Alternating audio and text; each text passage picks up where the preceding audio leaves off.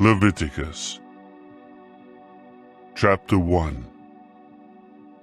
And Jehovah called Moses and spoke to him from the tent of meeting, saying, Speak to the Israelites and tell them, if any one of you would present an offering to Jehovah from the domestic animals, you should present your offering from the herd or from the flock. If his offering is a burnt offering from the herd, he should present a sound male animal. He should present it of his own free will before Jehovah, at the entrance of the tent of meeting. He is to lay his hand on the head of the burnt offering, and it will be accepted in his behalf, to make atonement for him.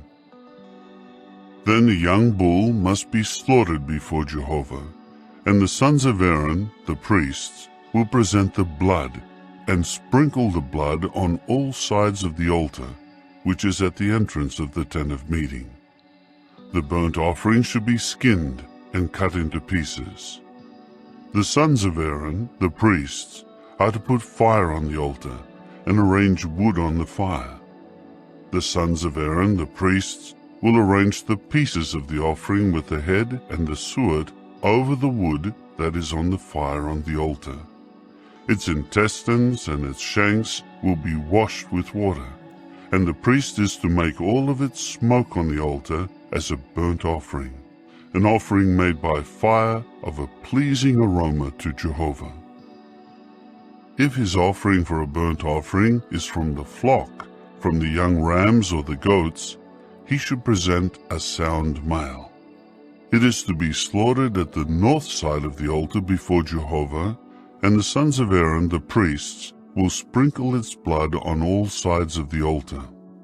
He will cut it up into pieces, and with its head and its suet, the priests will arrange them over the wood on the fire on the altar. He will wash the intestines and the shanks with water, and the priest will present all of it and make it smoke on the altar. It is a burnt offering, an offering made by fire of a pleasing aroma to Jehovah. However, if he offers birds as a burnt offering to Jehovah, he will present his offering from the turtle doves or the young pigeons. The priest will present it at the altar and nip off its head and make it smoke on the altar, but its blood should be drained out on the side of the altar. He should remove its crop and its feathers and throw them beside the altar to the east to the place for the ashes. He will split it at its wings without dividing it into two parts.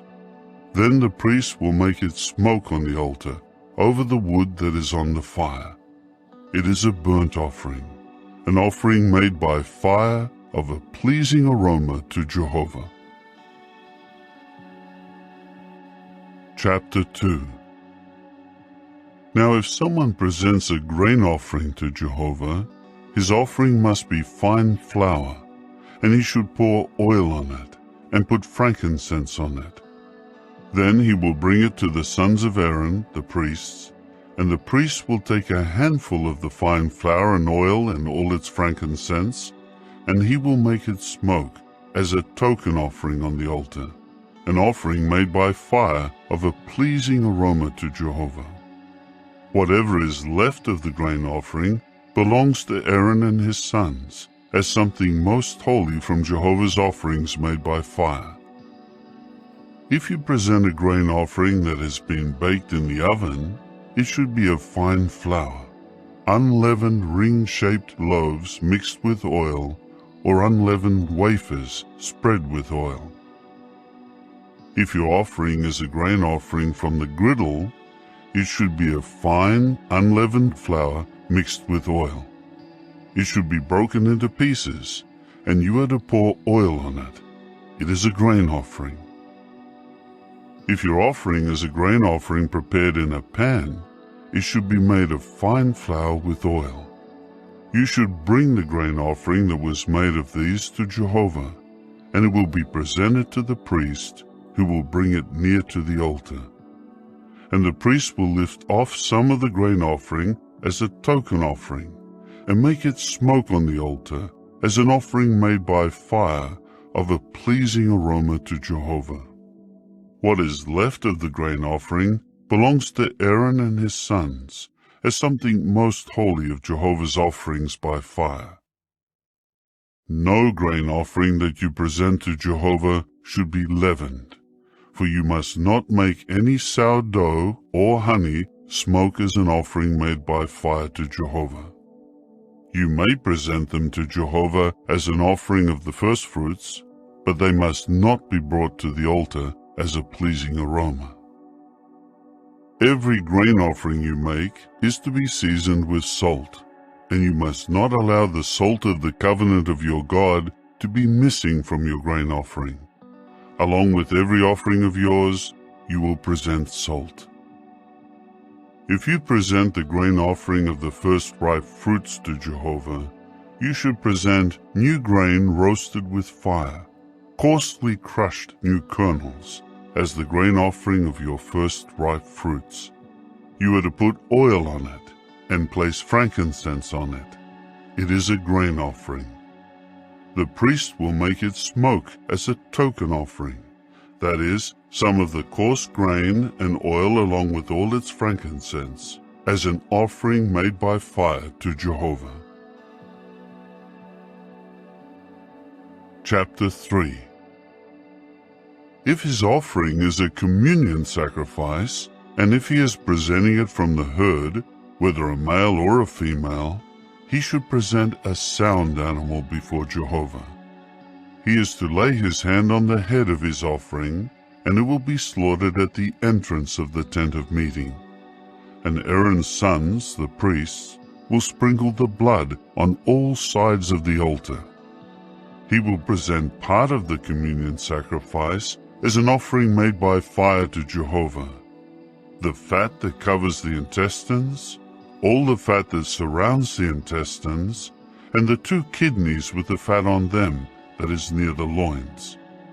He will also remove the appendage of the liver along with the kidneys. Aaron's sons will make it smoke on the altar, on top of the burnt offering that is placed on the wood that is over the fire. It is an offering made by fire as a pleasing aroma to Jehovah. If his offering is from the flock for a communion sacrifice to Jehovah, he will present a sound male or a female animal. If he is presenting a young ram as his offering, then he will present it before Jehovah. He will lay his hand on the head of his offering, and it will be slaughtered in front of the tent of meeting. Aaron's sons will sprinkle its blood on all sides of the altar. He will present the fat from the communion sacrifice as an offering made by fire to Jehovah. He will remove the entire fat tail near the backbone, the fat that covers the intestines, all the fat that surrounds the intestines, and the 2 kidneys with the fat on them that is near the loins. He will also remove the appendage of the liver along with the kidneys. And the priest will make it smoke on the altar as food, an offering made by fire to Jehovah. If his offering is a goat, then he will present it before Jehovah. He will lay his hand on its head, and it will be slaughtered before the tent of meeting. And Aaron's sons must sprinkle its blood on all sides of the altar. The part he will present as his offering made by fire to Jehovah is the fat that covers the intestines, all the fat that surrounds the intestines, and the 2 kidneys with the fat on them that is near the loins. He will also remove the appendage of the liver along with the kidneys. The priest will make them smoke on the altar as food, an offering made by fire for a pleasing aroma. All the fat belongs to Jehovah. It is a lasting statute for your generations in all your dwelling places. You must not eat any fat or any blood at all. Chapter 4. Jehovah went on to say to Moses, "Tell the Israelites, if someone sins unintentionally by doing any of the things that Jehovah commanded should not be done, If the anointed priest sins and brings guilt on the people, then he must present a sound young bull to Jehovah as a sin offering for the sin he committed. He will bring the bull to the entrance of the tent of meeting before Jehovah and lay his hand on the bull's head, and he is to slaughter the bull before Jehovah. Then the anointed priest will take some of the bull's blood and bring it into the tent of meeting, and the priest will dip his finger in the blood and spatter some of the blood 7 times before Jehovah in front of the curtain of the holy place. The priest will also put some of the blood on the horns of the altar of perfumed incense, which is before Jehovah in the tent of meeting. And he will pour all the rest of the bull's blood at the base of the altar of burnt offering, which is at the entrance of the tent of meeting. He will then remove all the fat of the bull of the sin offering, including the fat that covers the intestines and the fat that surrounds the intestines, and the 2 kidneys with the fat on them that is near the loins. And he will remove the appendage of the liver along with the kidneys. It will be the same as what is removed from a bull of the communion sacrifice. And the priest will make them smoke on the altar of burnt offering. But as for the skin of the bull, and all its flesh along with its head, its shanks, its intestines, and its dung, all the rest of the bull, he will have it taken to the outskirts of the camp, to a clean place where the ashes are discarded, and he will burn it on wood in the fire. It should be burned where the ashes are discarded. Now, if the entire assembly of Israel has become guilty by committing a sin unintentionally, but the congregation was unaware that they had done something that Jehovah commanded them not to do, and then the sin becomes known, the congregation must present a young bull for a sin offering, and bring it before the tent of meeting. The elders of the assembly will lay their hands on the bull's head before Jehovah, and the bull will be slaughtered before Jehovah. Then the anointed priest will bring some of the bull's blood into the tent of meeting. The priest is to dip his finger into the blood and spatter some of it 7 times before Jehovah in front of the curtain. He will then put some of the blood on the horns of the altar that is before Jehovah, which is in the tent of meeting, and he will pour all the rest of the blood at the base of the altar of burnt offering, which is at the entrance of the tent of meeting. He will remove all its fat and make it smoke on the altar. He is to do to the bull just as he did to the other bull of the sin offering. That is how he will do it, and the priest will make atonement for them, and they will be forgiven. He will have the bull taken to the outskirts of the camp and will burn it, just as he burned the first bull. It is a sin offering for the congregation. When a chieftain unintentionally sins by doing one of all the things that Jehovah his God commands should not be done, and has become guilty, or if he becomes aware of a sin that he has committed against the commandment, then he must bring a sound young male goat as his offering. He will lay his hand on the head of the young goat and slaughter it in the place where the burnt offering is slaughtered before Jehovah. It is a sin offering. The priest will take some of the blood of the sin offering with his finger and put it on the horns of the altar of burnt offering, and he will pour the rest of its blood at the base of the altar of burnt offering. He will make all its fat smoke on the altar, like the fat of the communion sacrifice, and the priest will make atonement for him for his sin, and it will be forgiven him. If any one of the people of the land sins unintentionally and becomes guilty by doing one of the things that Jehovah commands should not be done, or if he becomes aware of a sin that he has committed, then he should bring a sound young female goat as his offering for the sin he has committed. He will lay his hand on the head of the sin offering and slaughter the sin offering in the same place as the burnt offering. The priest will take some of its blood with his finger and put it on the horns of the altar of burnt offering, and he will pour all the rest of its blood at the base of the altar. He will remove all its fat, just as the fat is removed from the communion sacrifice, and the priest will make it smoke on the altar as a pleasing aroma to Jehovah. And the priest will make atonement for him, and it will be forgiven him. But if he offers a lamb as his sin offering, he should bring a sound female lamb. He will lay his hand on the head of the sin offering and slaughter it as a sin offering in the place where the burnt offering is slaughtered. The priest will take some of the blood of the sin offering with his finger and put it on the horns of the altar of burnt offering, and he will pour all the rest of its blood at the base of the altar.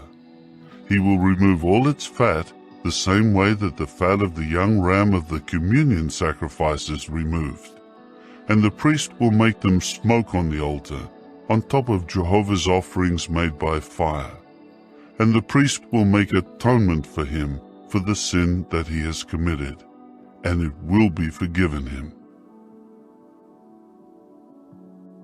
Chapter 5. If someone sins because he has heard a public call to testify, and he is a witness or has seen or learned about it, and he does not report it, then he will answer for his error. Or when a person touches anything unclean, whether the dead body of an unclean wild animal, an unclean domestic animal, or an unclean swarming creature, he is unclean and has become guilty, even if he does not realize it.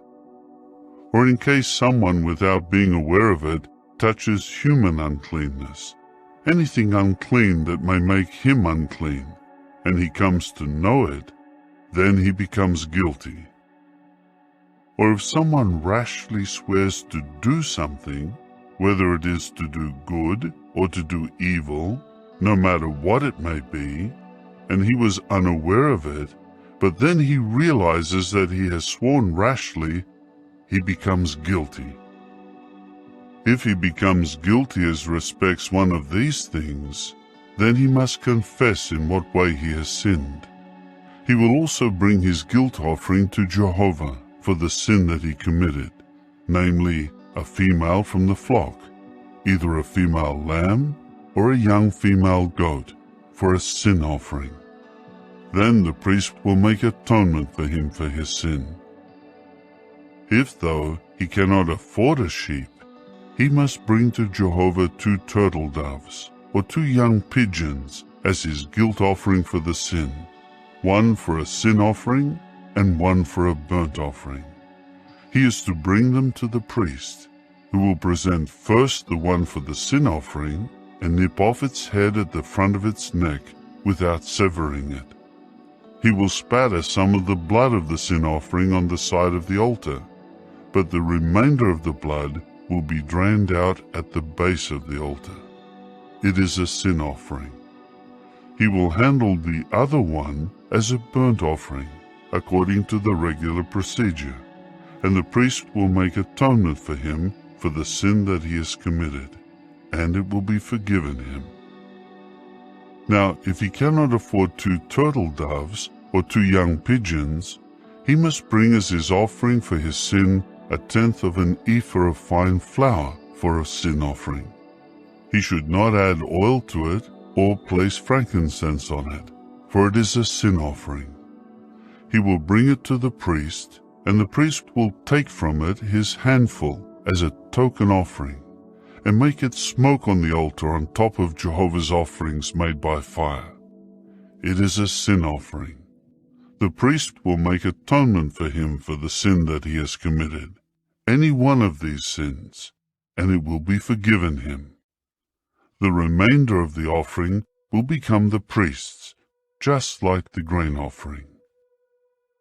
Jehovah continued to speak to Moses, saying, "If someone behaves unfaithfully by unintentionally sinning against the holy things of Jehovah, he is to bring to Jehovah a sound ram from the flock as a guilt offering.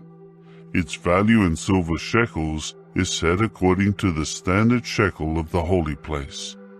And he will make compensation for the sin he has committed against the holy place, and he will also add a fifth of its value.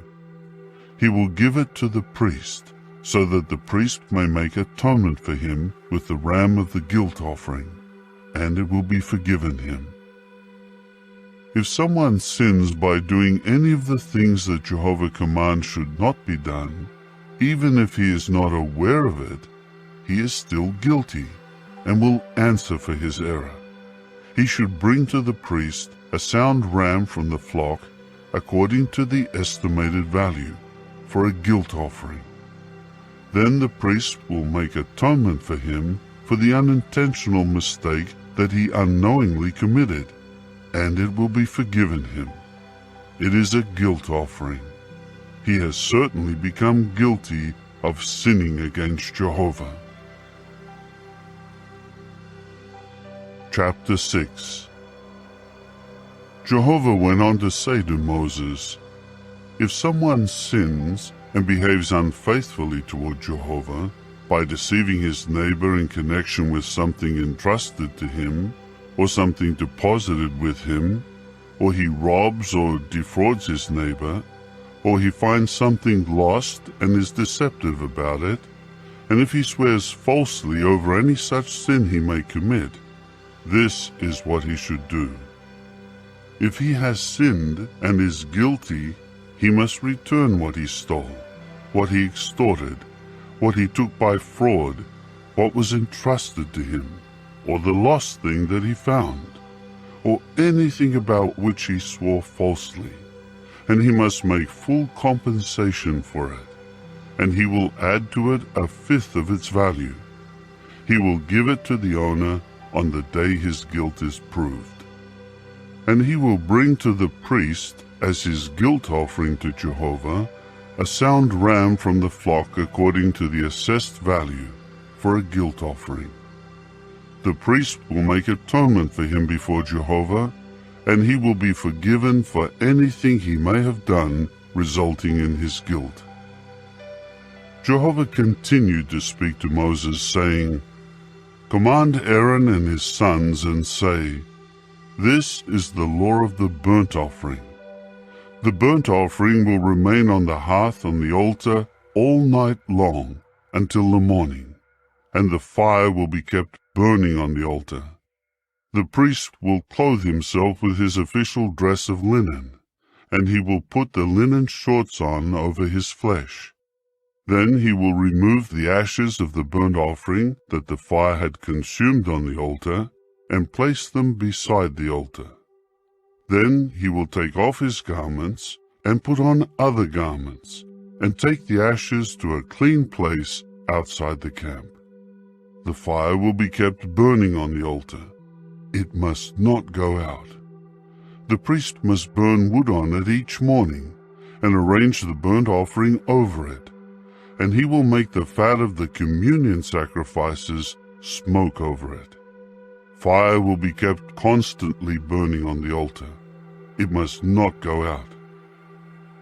Now this is the law of the grain offering.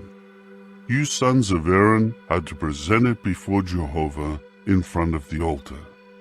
One of them will take a handful from the fine flour of the grain offering, and some of its oil, and all the frankincense that is on the grain offering, and he will make it smoke on the altar, as a pleasing aroma for a token offering to Jehovah.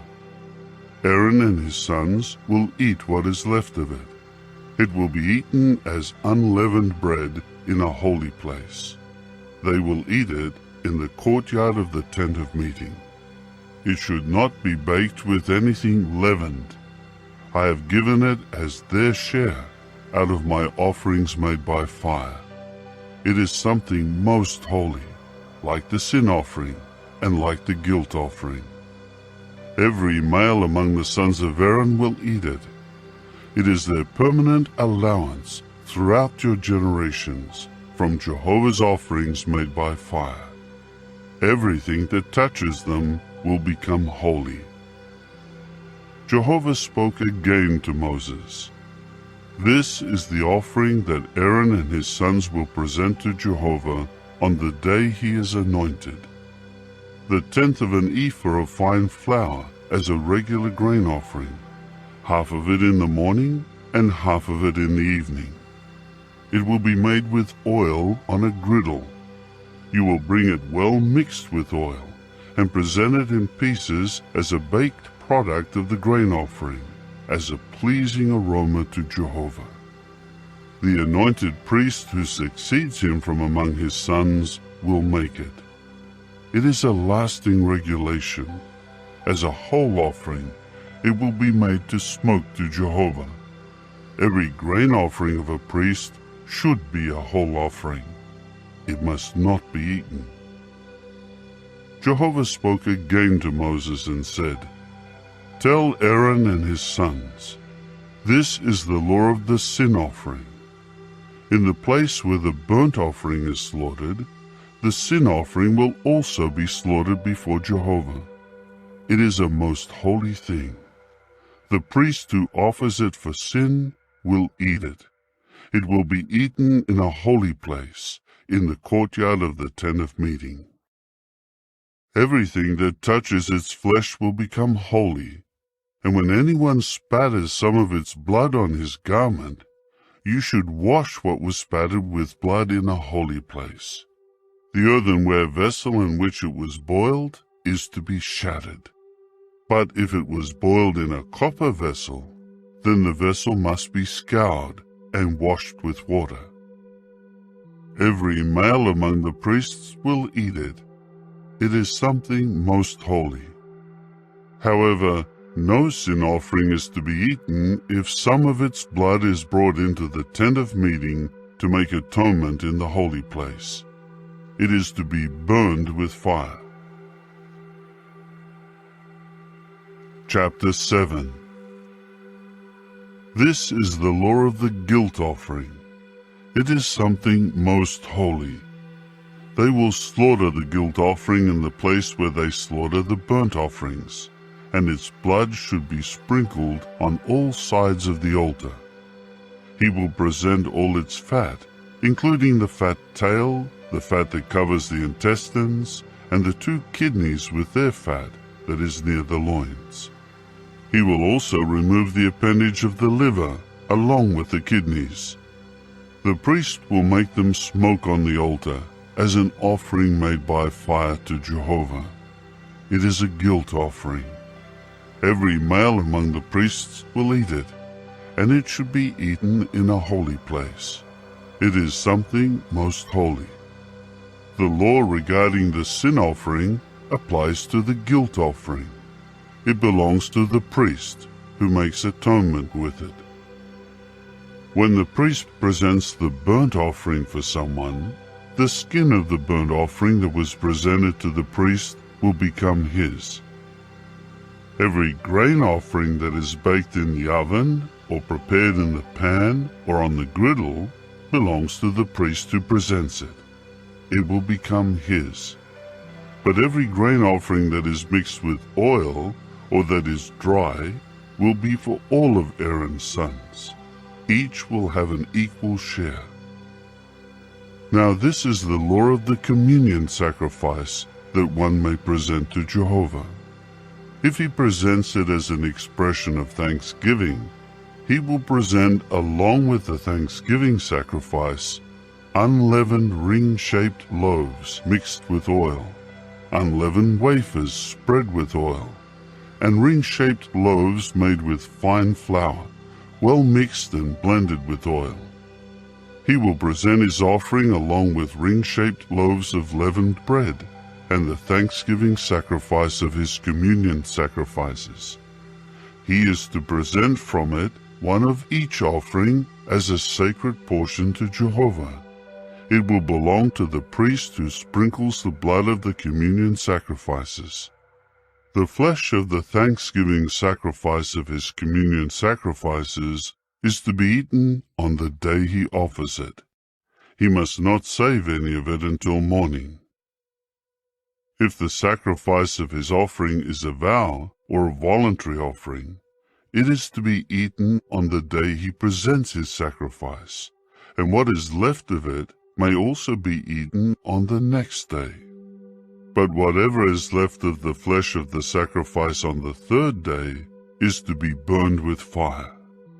However, if any of the flesh of his communion sacrifice is eaten on the third day, the one presenting it will not be accepted with approval. It will not be credited to him. It is an offensive thing, and the person who eats some of it will answer for his error. Flesh that touches anything unclean is not to be eaten. It is to be burned with fire. Everyone who is clean may eat the clean flesh. But any person who is unclean and eats the flesh of the communion sacrifice, which is for Jehovah, that person must be cut off from his people. If someone touches anything unclean, whether the uncleanness of a man or an unclean animal or any unclean disgusting thing, and eats some of the flesh of the communion sacrifice, which is for Jehovah, that person must be cut off from his people. Jehovah continued to speak to Moses, saying, "Tell the Israelites, you must not eat any fat of a bull or a young ram or a goat. The fat of an animal found dead and the fat of an animal killed by another animal may be used for any other purpose, but you must never eat it. For whoever eats fat from an animal that he presents as an offering made by fire to Jehovah must be cut off from his people. You must not eat any blood in any of your dwelling places, whether that of birds or that of animals. Anyone who eats any blood must be cut off from his people." Jehovah went on to speak to Moses, saying, "Tell the Israelites, whoever presents his communion sacrifice to Jehovah will bring part of the offering from his communion sacrifice to Jehovah. He will bring in his own hands the fat along with the breast as an offering made by fire to Jehovah, and he will wave it back and forth as a wave offering before Jehovah. The priest will make the fat smoke on the altar, but the breast will belong to Aaron and his sons. You will give the right leg as a sacred portion to the priest from your communion sacrifices. The son of Aaron who presents the blood of the communion sacrifices and the fat will have the right leg as his portion. For I take the breast of the wave offering and the leg of the sacred portion from the communion sacrifices of the Israelites, and I give them to Aaron the priest and his sons, as a lasting regulation for the Israelites. This was the portion from Jehovah's offerings made by fire to be set aside for the priests, for Aaron and his sons, on the day he presented them to serve as priests to Jehovah. Jehovah commanded to give them this portion from the Israelites on the day he anointed them. It is a permanent statute for their generations. This is the law concerning the burnt offering, the grain offering, the sin offering, the guilt offering, the installation sacrifice, and the communion sacrifice, just as Jehovah commanded Moses on Mount Sinai, in the day he commanded the Israelites to present their offerings to Jehovah in the wilderness of Sinai. Chapter 8. Jehovah continued to speak to Moses, saying, "Take Aaron and his sons with him, the garments, the anointing oil, the bull of the sin offering, the 2 rams, and the basket of unleavened bread, and make all the assembly gather together at the entrance of the tent of meeting." Then Moses did just as Jehovah had commanded him, and the assembly gathered together at the entrance of the tent of meeting. Moses now said to the assembly, "This is what Jehovah has commanded us to do." So Moses brought Aaron and his sons near, and washed them with water. After that he put the robe on him, wrapped him with the sash, clothed him with the sleeveless coat, and put the ephod on him, and tied it with the woven belt of the ephod, binding it securely on him. Next he placed the breastpiece on him, and put the Urim and the Thummim in the breastpiece. Then he placed the turban on his head, and he put on the front of the turban the shining plate of gold, the holy sign of dedication, just as Jehovah had commanded Moses. Moses then took the anointing oil and anointed the tabernacle and all that was in it, and sanctified them. After that he spattered some of it 7 times on the altar, and anointed the altar and all its utensils, and the basin and its stand, in order to sanctify them. Finally, he poured some of the anointing oil on Aaron's head, and anointed him in order to sanctify him. Moses then brought Aaron's sons near, and clothed them with robes, and wrapped them with sashes, and put headgear on them, just as Jehovah had commanded Moses. Then he brought the bull of the sin offering, and Aaron and his sons laid their hands on the head of the bull of the sin offering. Moses slaughtered it, and took the blood with his finger, and put it on the horns of the altar on all sides, and he purified the altar from sin. But the rest of the blood he poured at the base of the altar, in order to sanctify it, to make atonement on it. After that he took all the fat that was on the intestines, the appendage of the liver, and the 2 kidneys and their fat, and Moses made them smoke on the altar. Then he had the rest of the bull, its skin, its flesh, and its dung, burned with fire outside the camp, just as Jehovah had commanded Moses. He now brought the ram of the burnt offering near, and Aaron and his sons laid their hands on the head of the ram. Moses then slaughtered it, and sprinkled the blood on all sides of the altar. He cut the ram into its pieces, and Moses made the head, the pieces, and the suet smoke. He washed the intestines and the shanks with water, and Moses made the entire ram smoke on the altar. It was a burnt offering, as a pleasing aroma.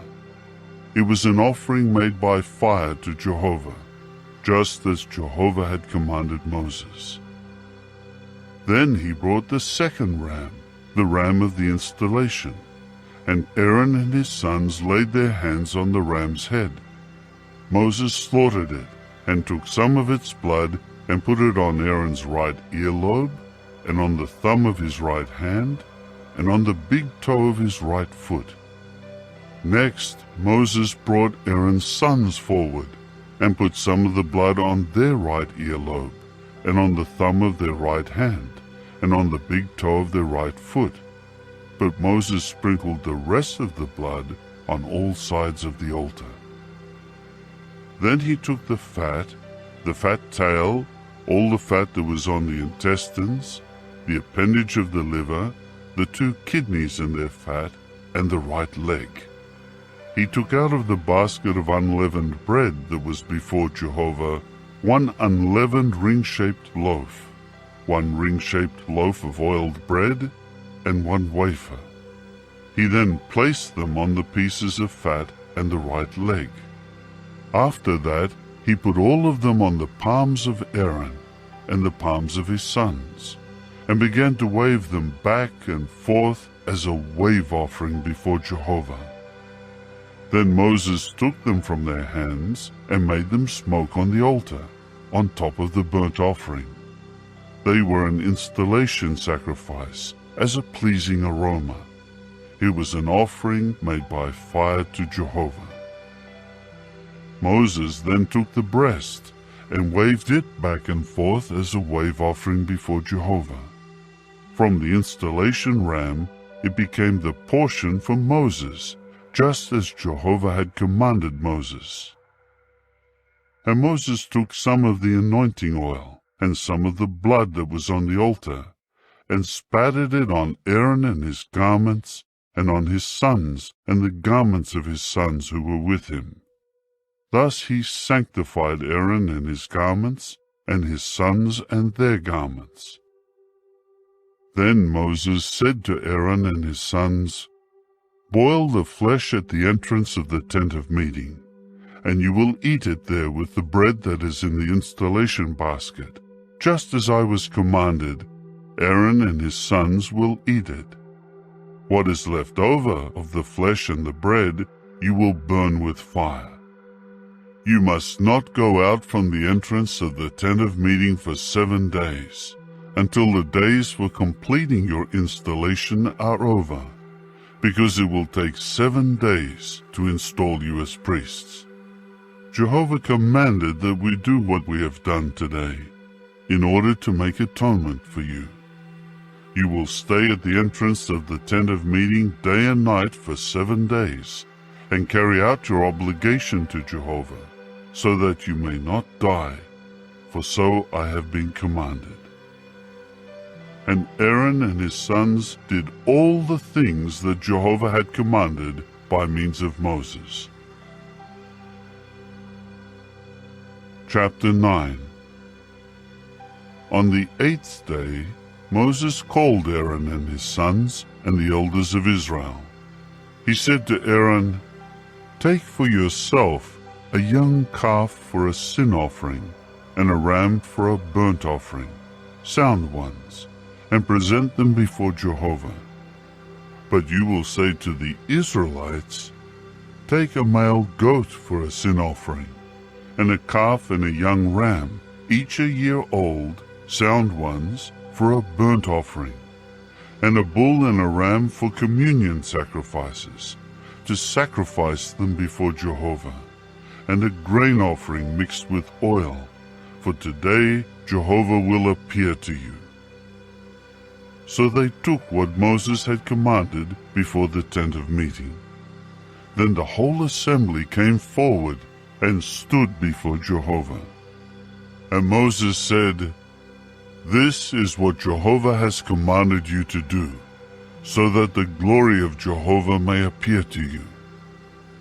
Then Moses said to Aaron, "Approach the altar, and present your sin offering and your burnt offering, and make atonement in your own behalf and in behalf of your house, and present the offering of the people, and make atonement in their behalf, just as Jehovah has commanded." Aaron immediately approached the altar and slaughtered the calf of the sin offering that was for him. Then Aaron's sons presented the blood to him, and he dipped his finger in the blood and put it on the horns of the altar, and he poured the rest of the blood at the base of the altar.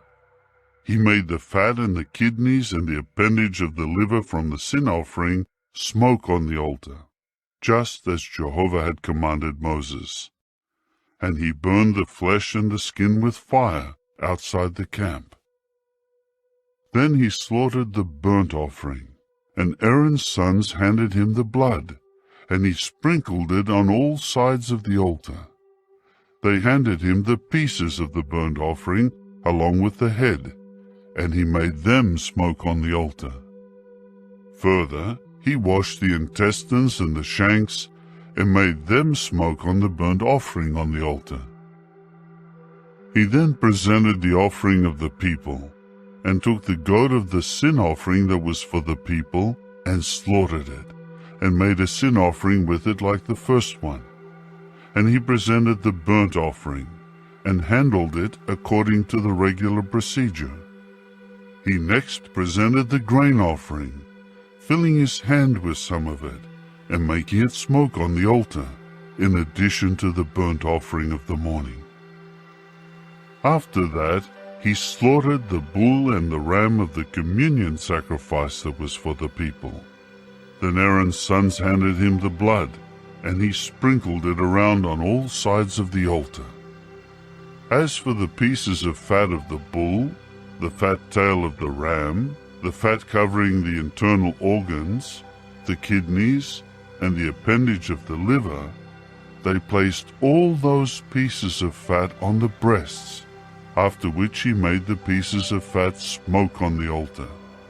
But the breasts and the right leg Aaron waved back and forth as a wave offering before Jehovah, just as Moses had commanded.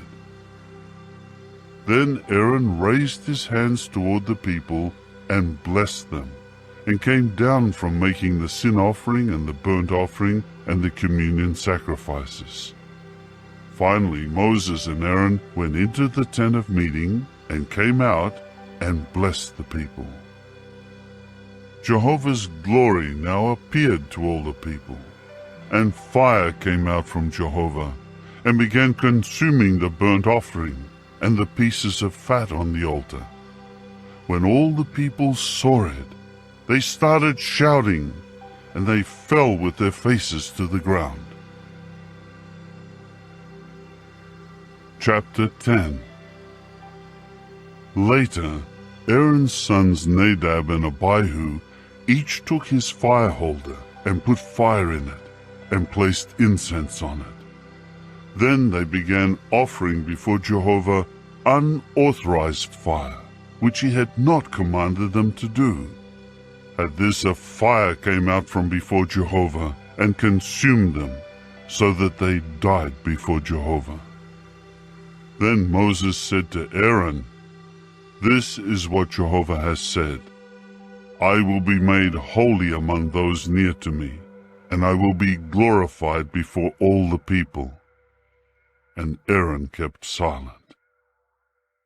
So Moses called Mishael and Elzaphan, the sons of Uzziel, Aaron's uncle, and said to them, "Come here, carry your brothers from in front of the holy place to a place outside the camp." So they came forward and carried the men away in their robes to a place outside the camp, just as Moses had told them. Moses then said to Aaron and his other sons, Eleazar and Ithamar, "Do not let your heads go ungroomed or tear your garments, so that you may not die, and that God may not become indignant against all the assembly. Your brothers of the whole house of Israel will weep over those whom Jehovah has killed by the fire. You must not go out from the entrance of the tent of meeting, or you will die, for Jehovah's anointing oil is upon you." So they did according to Moses' word. Then Jehovah said to Aaron, "Do not drink wine or other alcoholic beverages, you and your sons with you, when you come into the tent of meeting, so that you will not die. It is a permanent statute for your generations. This is to distinguish between the holy thing and the profane, and between the unclean thing and the clean, and to teach the Israelites all the regulations that Jehovah has spoken to them through Moses." Then Moses spoke to Aaron and to Eleazar and Ithamar, his sons who were left, "Take what was left of the grain offering from Jehovah's offerings made by fire, and eat it as unleavened bread near the altar, because it is something most holy. You must eat it in a holy place, because it is your allowance, and the allowance of your sons from Jehovah's offerings made by fire, for this is what I have been commanded. You will also eat the breast of the wave offering, and the leg of the sacred portion in a clean place, you and your sons and your daughters with you, because these things have been given as your allowance, and the allowance of your sons from the communion sacrifices of the Israelites. They will bring the leg of the sacred portion and the breast of the wave offering, along with the offerings of fat made by fire, in order to wave the wave offering back and forth before Jehovah, and it will serve as a permanent allowance for you and your sons with you, just as Jehovah has commanded.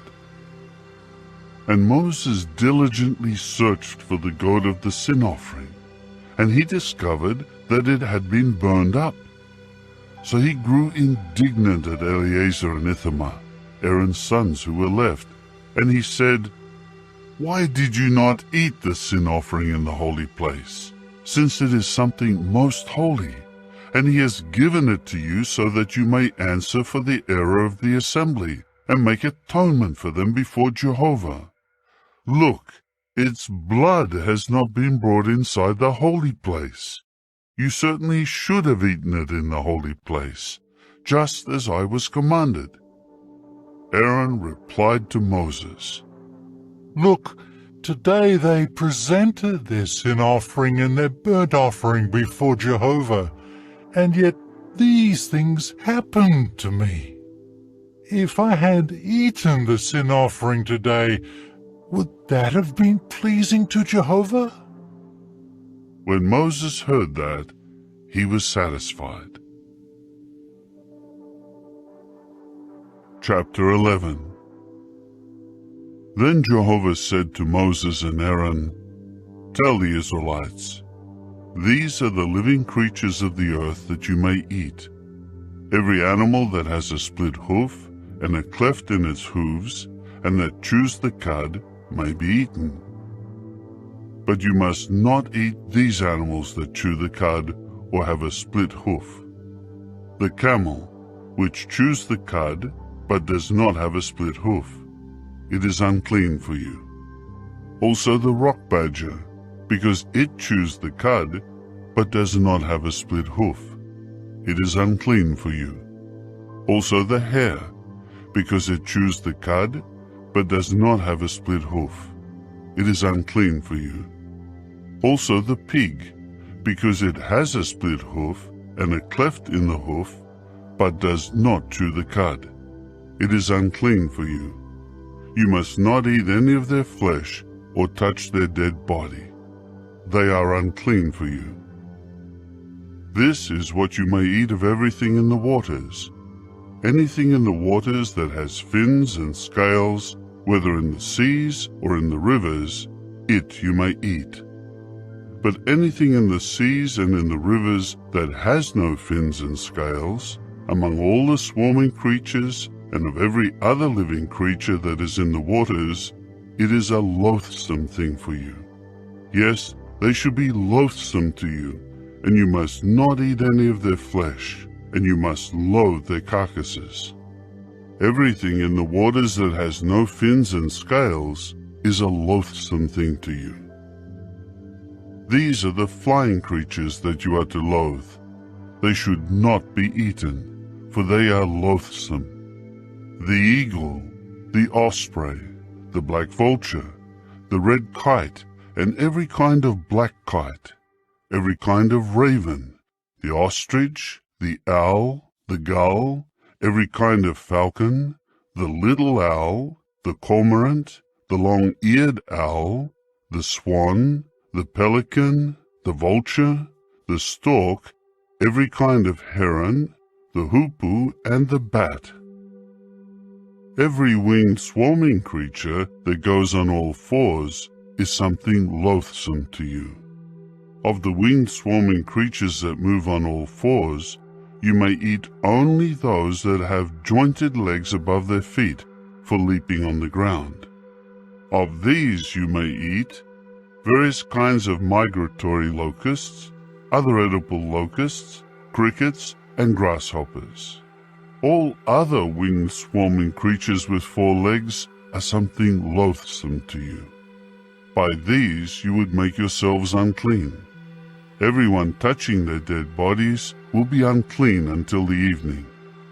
Anyone carrying any of their dead bodies should wash his garments. He will be unclean until the evening. Any animal that has a split hoof but does not have a cleft and does not chew its cud is unclean to you. Everyone touching them will be unclean. Every living creature that walks on paws among the creatures that walk on all fours is unclean to you. Everyone touching their dead bodies will be unclean until the evening.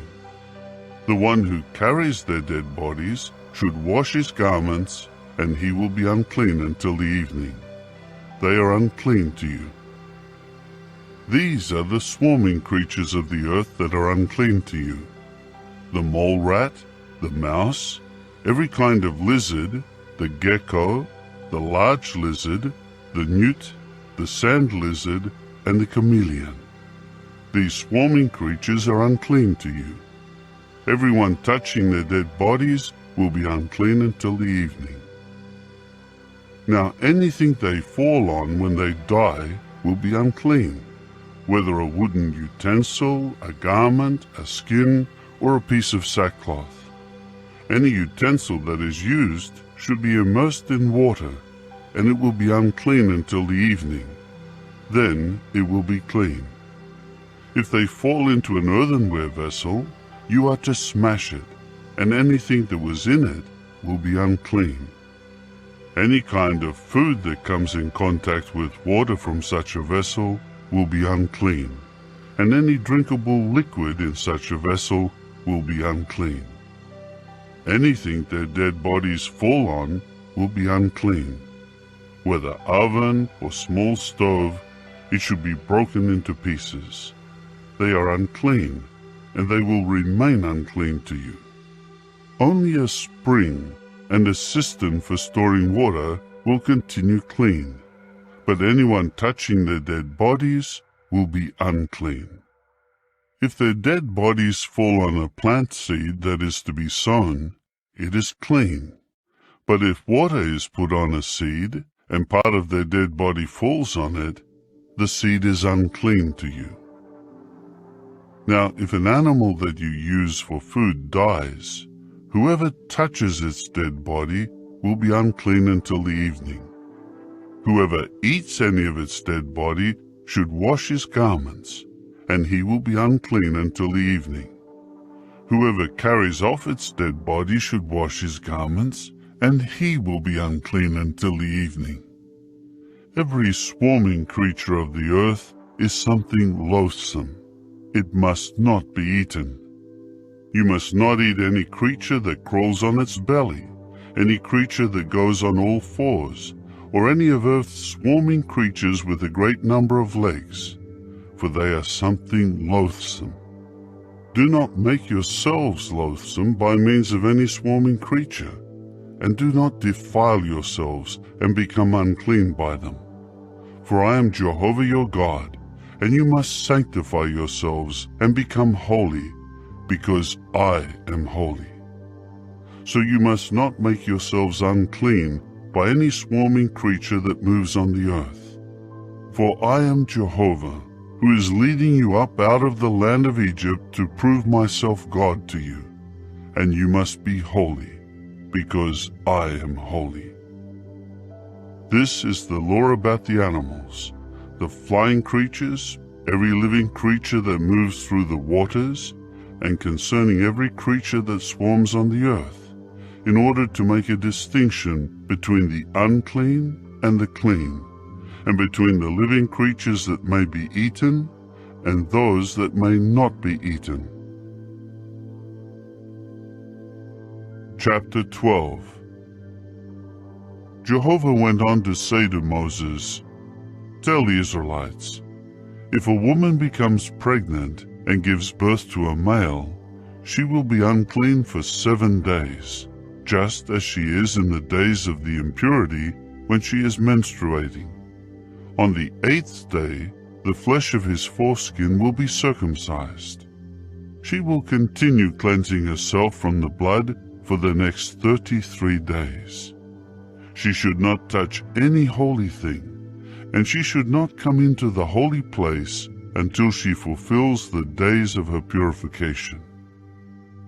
If she should give birth to a female, she will then be unclean for 14 days, just as she would be during her menstruation.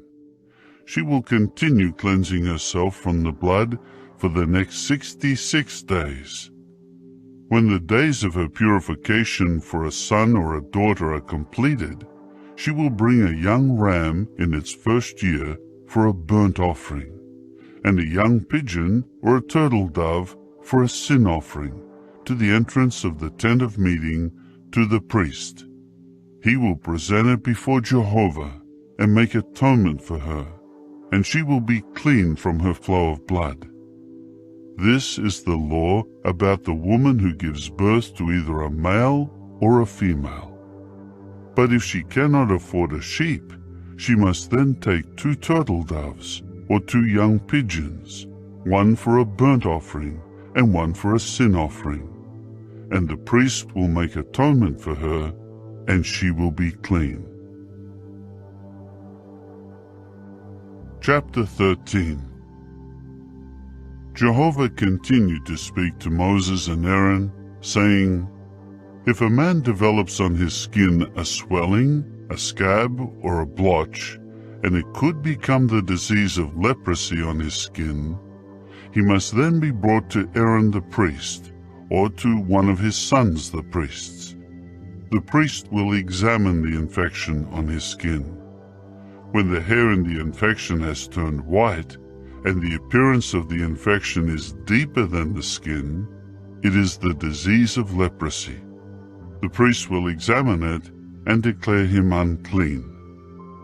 But if the blotch on his skin is white, and its appearance is not deeper than the skin, and the hair has not turned white, the priest will then quarantine the infected person for 7 days.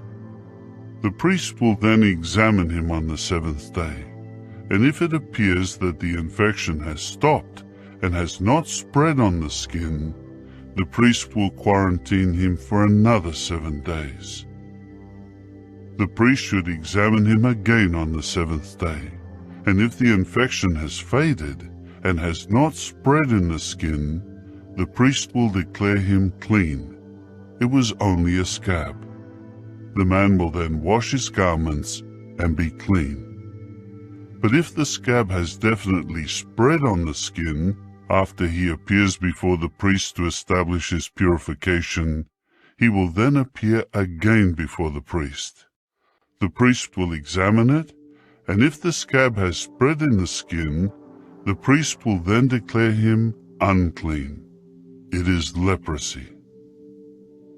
If the disease of leprosy develops in a man, he must then be brought to the priest, and the priest will examine him. If there is a white swelling on the skin, and it has turned the hair white, and there is an open sore in the swelling, it is chronic leprosy on his skin, and the priest will declare him unclean. He should not quarantine him, for he is unclean. Now if the leprosy breaks out all over the skin, and the leprosy covers the person with the disease from head to foot, as far as the priest can see, and the priest has examined him, and sees that the leprosy has covered all his skin, he will then declare the infected person clean. All of it has turned white, and he is clean. But whenever an open sore appears in it, he will be unclean. When the priest sees the open sore, he will declare him unclean. The open sore is unclean. It is leprosy. But if the open sore again turns white, he will then come to the priest. The priest will examine him, and if the infection has turned white, the priest will then declare the infected person clean.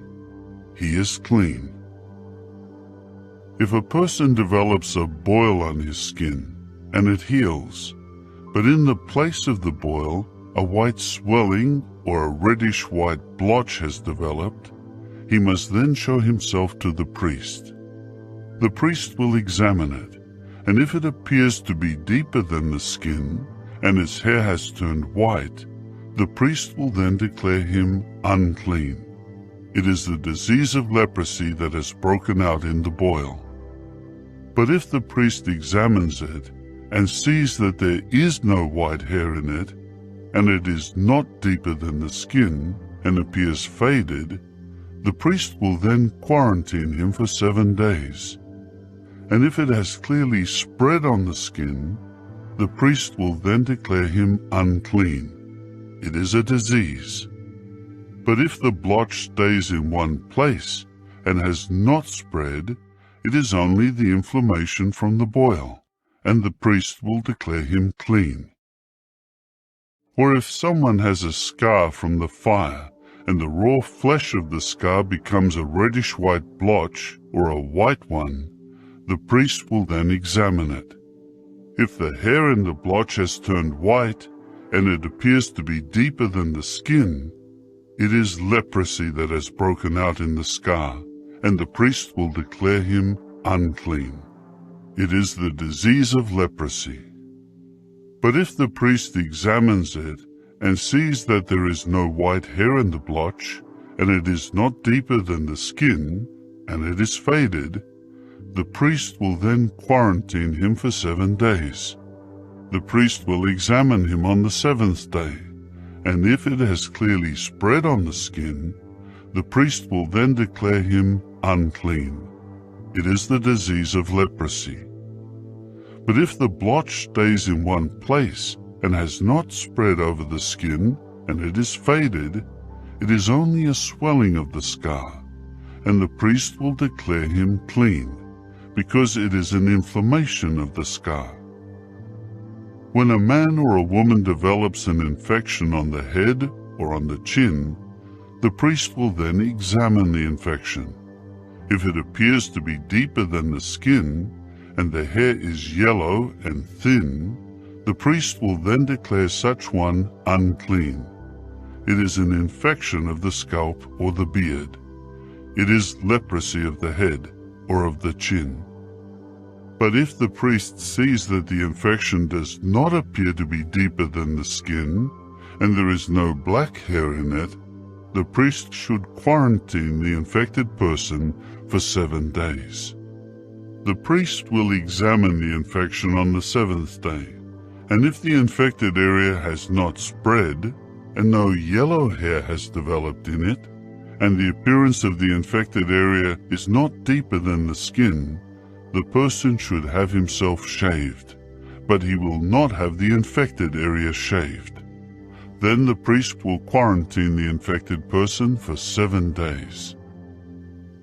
The priest will again examine the infected area on the 7th day, and if the infection of the scalp and beard has not spread on the skin, and it does not appear deeper than the skin, the priest must then declare him clean, and he should wash his garments and be clean.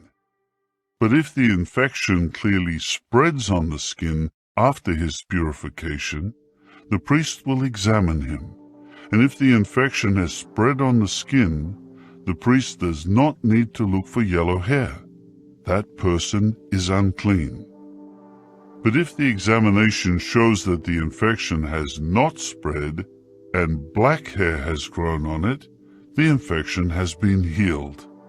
He is clean, and the priest will declare him clean.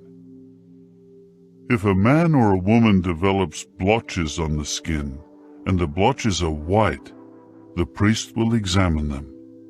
If the skin blotches are faded white, it is a harmless rash that has broken out on the skin. That person is clean. If a man loses the hair of his head and becomes bald, he is clean. If he loses the hair on the front of his head and becomes bald there, he is clean. But if a reddish-white sore develops on the bald part of his scalp or on his forehead, it is leprosy breaking out on his scalp or on his forehead. The priest will examine him, and if the swelling from the infection is reddish-white on the bald spot on top of his head or on his forehead, and it looks like leprosy on his skin, he is a leper. He is unclean, and the priest should declare him unclean because of the disease on his head. As for the leper who has the disease, his garments should be torn, and his head should be left ungroomed, and he should cover over his mustache and call out, "Unclean, unclean." He will be unclean the whole time that he has the disease. Since he is unclean, he should live in isolation. His dwelling place will be outside the camp.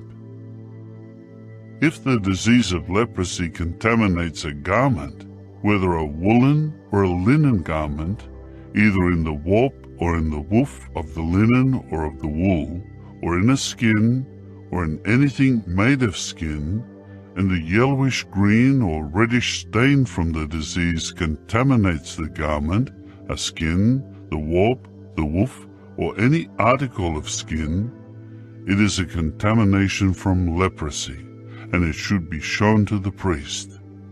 The priest will examine the disease, and he must quarantine the disease for 7 days.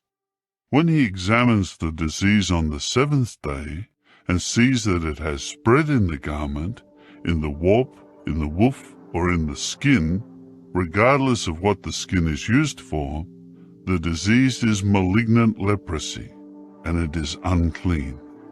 He should burn the garment, or the warp, or the woof in the wool, or in the linen, or any article of skin in which the disease has developed, for it is malignant leprosy. It should be burned in the fire. But if the priest examines it, and the disease has not spread in the garment, or in the warp, or in the woof, or in any article of skin, the priest will then command that they should wash the contaminated item, and he will quarantine it for another 7 days.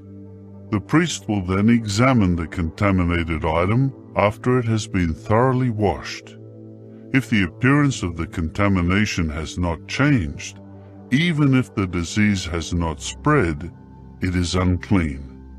You should burn it in the fire because it has been eaten away, either from its underside or from its outside.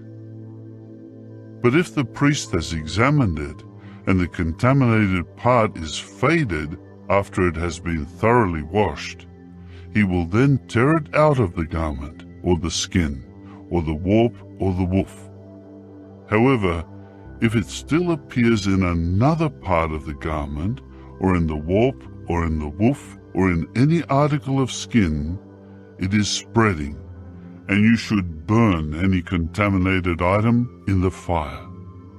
But when the contamination disappears from the garment, or the warp, or the woof, or any article of skin that you wash, it should then be washed a second time, and it will be clean.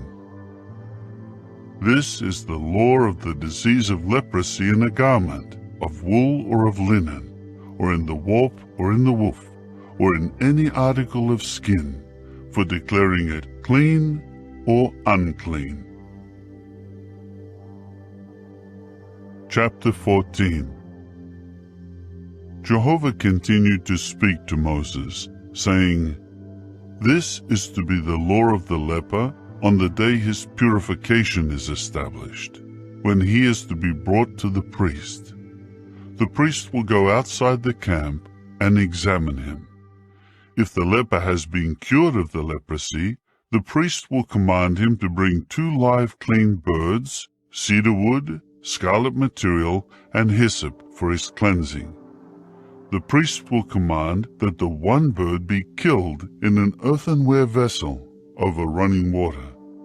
But he should take the living bird, along with the cedar wood, the scarlet material, and the hyssop, and dip them together in the blood of the bird that was killed over the running water.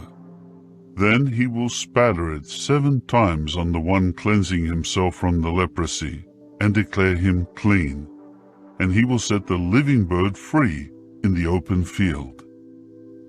The one cleansing himself must wash his garments and shave off all his hair and bathe in water, and he will be clean. Afterward he may come into the camp, but he will dwell outside his tent for 7 days. On the 7th day he should shave off all the hair on his head and his chin and his eyebrows. After he shaves off all his hair, he will wash his garments and bathe himself in water, and he will be clean. On the 8th day he will take 2 sound young rams, 1 sound female lamb in its first year, 3/10 of an ephah of fine flour mixed with oil as a grain offering, and 1 log measure of oil. And the priest who declares him clean will present the man who is cleansing himself, along with the offerings, before Jehovah, at the entrance of the tent of meeting. The priest will take the 1 young ram and offer it as a guilt offering, together with the log measure of oil, and he will wave them back and forth as a wave offering before Jehovah. Then he will slaughter the young ram in the place where the sin offering and the burnt offering are usually slaughtered, in a holy place, because, like the sin offering, the guilt offering belongs to the priest. It is something most holy. Then the priest will take some of the blood of the guilt offering, and the priest will put it on the right earlobe of the one cleansing himself, and on the thumb of his right hand, and on the big toe of his right foot. And the priest will take some of the log measure of oil and pour it into his own left palm. The priest will then dip his right finger into the oil that is in his left palm, and spatter some of the oil with his finger 7 times before Jehovah. Then the priest will put some of the remaining oil in his palm on the right earlobe of the one cleansing himself, and on the thumb of his right hand, and on the big toe of his right foot, over the blood of the guilt offering. The priest will put what is left over of the oil in his palm on the head of the one cleansing himself, and the priest will make atonement for him before Jehovah. The priest will sacrifice the sin offering and make atonement for the one cleansing himself from his impurity, and afterward he will slaughter the burnt offering.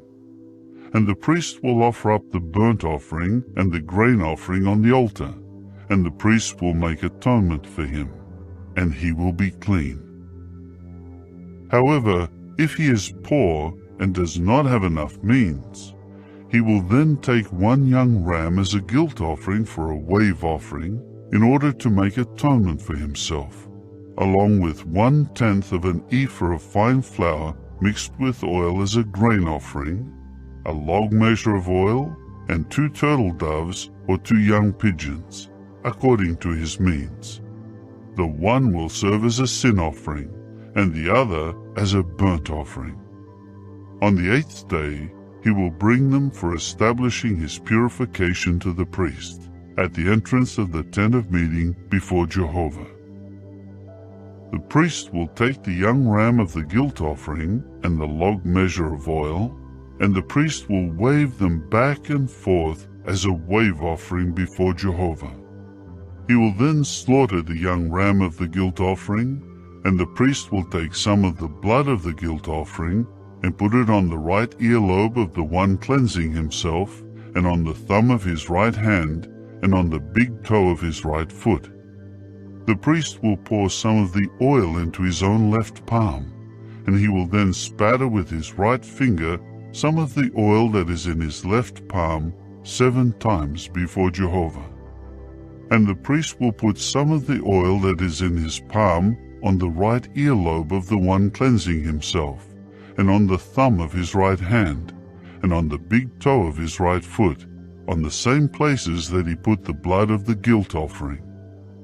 The priest will then put what is left over of the oil in his palm on the head of the one cleansing himself, in order to make atonement for him before Jehovah.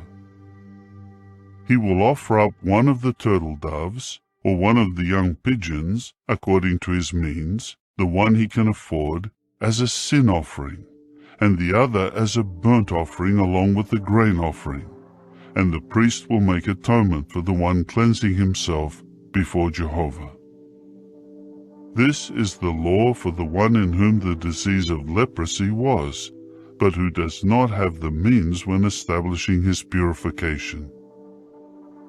Then Jehovah said to Moses and Aaron, "When you come into the land of Canaan, which I am giving you as a possession, and I contaminate a house in your land with the disease of leprosy, the one to whom the house belongs should then come and tell the priest, 'Some kind of contamination has appeared in my house.' The priest will give orders to clear out the house before he comes to examine the contamination. in order that he may not declare everything that is in the house unclean. And after that, the priest will come in to inspect the house. He will examine the affected area, and if the walls of the house are contaminated with yellowish green or reddish depressions, and they appear to be deeper than the wall surface, the priest will then go out of the house to the entryway of the house and quarantine the house for 7 days. Then the priest will return on the 7th day and make an inspection. If the contamination has spread in the walls of the house, the priest will then give orders, and the contaminated stones must be torn out and thrown outside the city into an unclean place. Then he is to have the inside of the house thoroughly scraped, and the plaster and mortar that is removed should be discarded outside the city in an unclean place. They will then insert other stones in the place of the stones they removed, and he should use different mortar and have the house plastered. If, though, the contamination returns and breaks out in the house after the stones were torn out and the house was scraped and replastered, the priest will then go in and inspect it. If the contamination has spread in the house, it is malignant leprosy in the house. The house is unclean. He will then have the house pulled down, its stones, its timbers, and all the plaster and mortar of the house, and carried outside the city to an unclean place. But whoever enters the house any of the days it is quarantined will be unclean until the evening, and whoever lies down in the house should wash his garments, and whoever eats in the house should wash his garments. However, if the priest comes and sees that the contamination has not spread in the house after the house was replastered, the priest will then declare the house clean, because the contamination has been healed. In order to purify the house from uncleanness, he will take 2 birds, cedar wood, scarlet material, and hyssop. He is to kill the one bird in an earthenware vessel over running water. Then he will take the cedar wood, the hyssop, the scarlet material, and the live bird, and dip them in the blood of the bird that was killed, and in the running water. And he must spatter it toward the house 7 times. And he will purify the house from uncleanness with the blood of the bird, the running water, the live bird, the cedar wood, the hyssop, and the scarlet material. He will then set the live bird free outside the city in the open field, and make atonement for the house, and it will be clean. This is the law respecting any case of leprosy, infection of the scalp or the beard, leprosy of the garment or the house, and respecting swellings, scabs, and blotches, in order to determine when something is unclean and when something is clean. This is the law about leprosy. Chapter 15. Jehovah continued to speak to Moses and Aaron, saying, "Speak to the Israelites and tell them, if a man has a discharge from his genital organ, this discharge makes him unclean. He is unclean from the discharge. Whether the discharge continues to flow from his genitals or is obstructed, he is still unclean. Any bed that the one with the discharge lies on will be unclean, and anything he sits on will be unclean. A man who touches his bed must wash his garments, and he should bathe in water and be unclean until the evening. Anyone who sits on an article that the one having a discharge sat on should wash his garments, bathe in water, and be unclean until the evening. Whoever touches the flesh of the one having a discharge should wash his garments, bathe in water, and be unclean until the evening. If the one who has a discharge spits on someone clean, that person must wash his garments, bathe in water, and be unclean until the evening. Any saddle that the one with the discharge rides on will be unclean. Anyone touching anything that was under him will be unclean until the evening, and anyone who carries those items will wash his garments, bathe in water, and be unclean until the evening. If the one with the discharge has not washed his hands in water and he touches someone, that person must then wash his garments, bathe in water, and be unclean until the evening. An earthenware vessel that the one having a discharge touches should be smashed, and any wooden vessel should be washed with water. When the discharge stops and the person becomes clean from it, he will then count 7 days for his purification, and he must wash his garments, bathe himself in running water, and he will be clean. On the 8th day, he should take 2 turtle doves or 2 young pigeons and come before Jehovah at the entrance of the tent of meeting and give them to the priest. And the priest will offer them, the one as a sin offering and the other as a burnt offering. And the priest will make atonement for him before Jehovah concerning his discharge. Now, if a man has an emission of semen, he should bathe his whole body in water and be unclean until the evening. He must wash with water any garment and any skin with semen on it, and it will be unclean until the evening. When a man lies with a woman and has an emission of semen, they should bathe in water and be unclean until the evening. If a woman has a discharge of blood from her body, she will continue in her menstrual impurity for 7 days. Anyone touching her will be unclean until the evening. Anything she lies down on in her menstrual impurity will be unclean, and everything she sits on will be unclean. Anyone touching her bed should wash his garments, bathe in water, and be unclean until the evening. Anyone touching any article she sat on should wash his garments, bathe in water, and be unclean until the evening. If she sat on the bed or on another article, his touching it will make him unclean until the evening. And if a man lies down with her, and her menstrual impurity comes on him, he will then be unclean for 7 days, and any bed on which he lies down will be unclean. When a woman's discharge of blood flows for many days, when it is not the regular time of her menstruation, or if she should have a flow longer than her usual menstruation, she will be unclean during all the days of her discharge, as in the days of her menstrual impurity. Any bed she lies on during the days of her discharge will become like the bed of her menstrual impurity, and any article she sits on will become unclean, like the uncleanness of her menstrual impurity. Anyone touching them will be unclean, and he must wash his garments, bathe in water, and be unclean until the evening. However, when she is clean from her discharge, she will count for herself 7 days, and afterward she will be clean. On the 8th day, she should take 2 turtle doves or 2 young pigeons, and she will bring them to the priest at the entrance of the tent of meeting.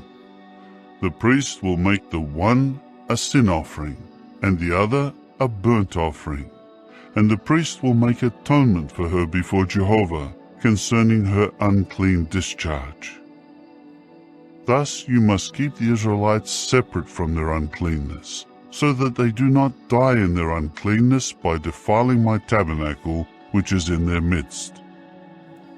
This is the law about the man having a discharge, the man who is unclean because of an emission of semen, the woman during her menstrual impurity, any male or female who has a discharge flowing from the body, and a man who lies down with an unclean woman.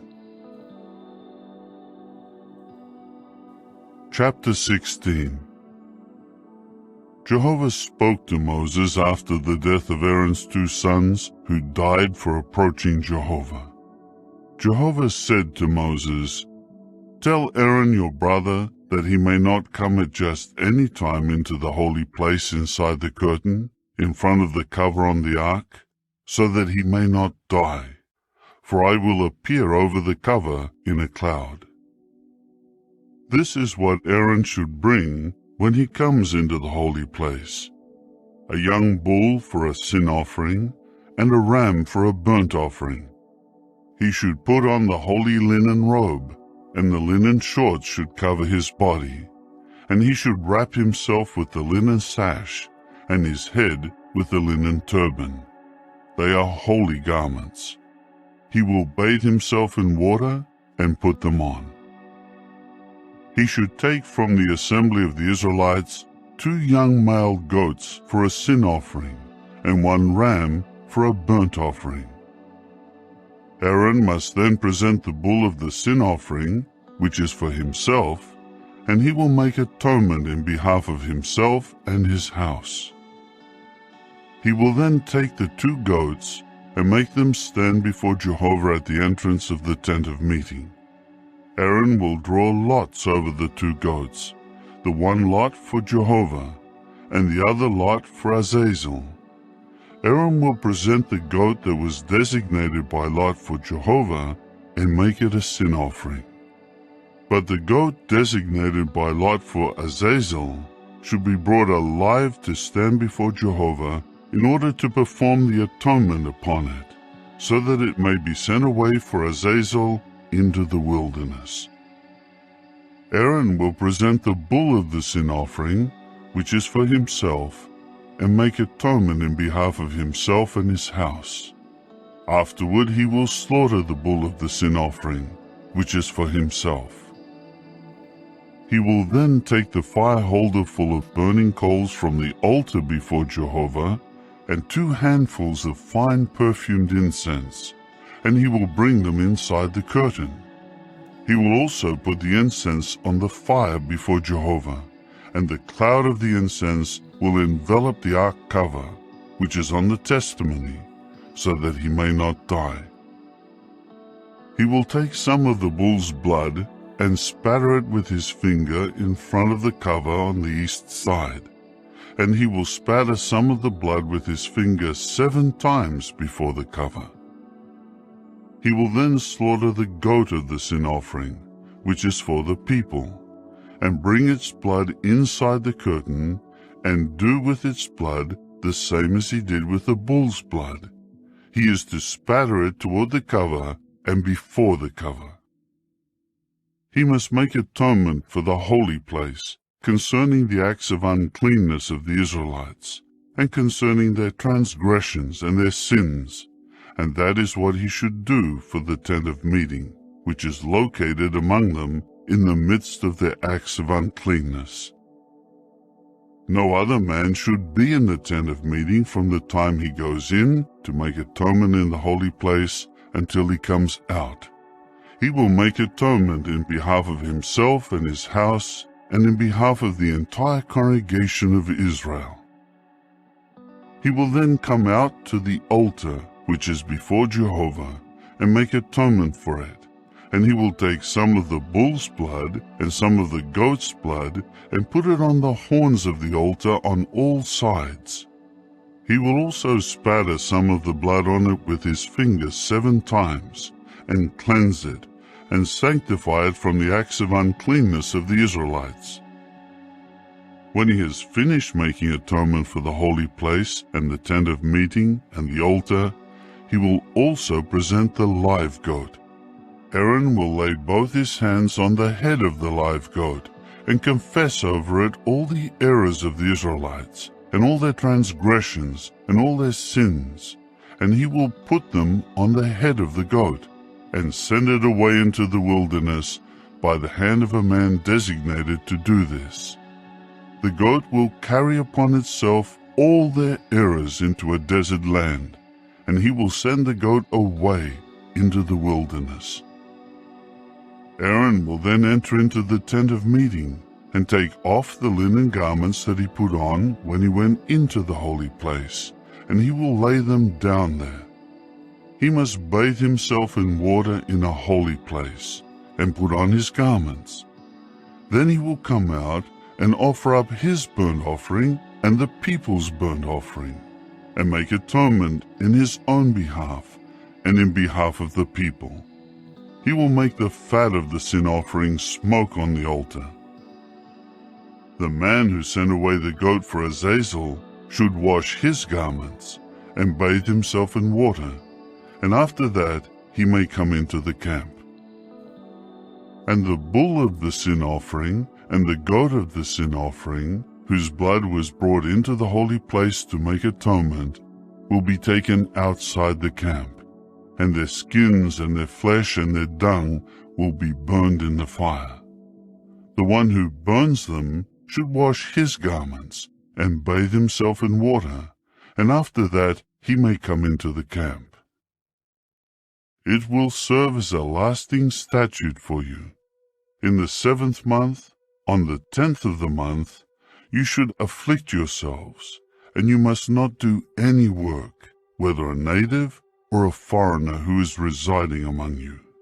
On this day atonement will be made for you, to declare you clean. You will be clean from all your sins before Jehovah. It is a Sabbath of complete rest for you, and you should afflict yourselves. It is a lasting statute. The priest who is anointed and installed to serve as priest in place of his father will make atonement and put on the linen garments, the holy garments. He will make atonement for the holy sanctuary, the tent of meeting, and the altar, and he will make atonement for the priests and for all the people of the congregation. This will serve as a lasting statute for you, to make atonement for the Israelites concerning all their sins once each year. So he did just as Jehovah had commanded Moses. Chapter 17. Jehovah went on to say to Moses, "Speak to Aaron and his sons and all the Israelites, and say to them, 'This is what Jehovah has commanded. If any man of the house of Israel slaughters a bull or a young ram or a goat in the camp, or if he slaughters it outside the camp, instead of bringing it to the entrance of the tent of meeting, to present it as an offering to Jehovah before the tabernacle of Jehovah, blood guilt will be counted to that man. He has shed blood, and that man must be cut off from among his people. This is so that the Israelites will bring the sacrifices, which they now sacrifice in the open field, to Jehovah, to the entrance of the tent of meeting, to the priest. They are to sacrifice these as communion sacrifices to Jehovah. And the priest will sprinkle the blood on Jehovah's altar at the entrance of the tent of meeting, and make the fat smoke as a pleasing aroma to Jehovah. So they should no longer offer sacrifices to the goat like demons with which they are prostituting themselves. This will serve as a lasting statute for you throughout your generations. You should say to them, 'Any man of the house of Israel, or any foreigner who is residing in your midst, who offers up a burnt offering or a sacrifice, and does not bring it to the entrance of the tent of meeting to offer it to Jehovah, must be cut off from his people. If any man of the house of Israel, or any foreigner who is residing in your midst, eats any sort of blood, I will certainly set my face against the one who is eating the blood, and I will cut him off from among his people. For the life of the flesh is in the blood, and I myself have given it on the altar for you, to make atonement for yourselves, because it is the blood that makes atonement by means of the life in it. That is why I have said to the Israelites, none of you should eat blood, and no foreigner who is residing in your midst should eat blood. If one of the Israelites or some foreigner who is residing in your midst is hunting and catches a wild animal or a bird that may be eaten, he must pour its blood out and cover it with dust. For the life of every sort of flesh is its blood, because the life is in it. Consequently, I said to the Israelites, you must not eat the blood of any sort of flesh, because the life of every sort of flesh is its blood. Anyone eating it will be cut off.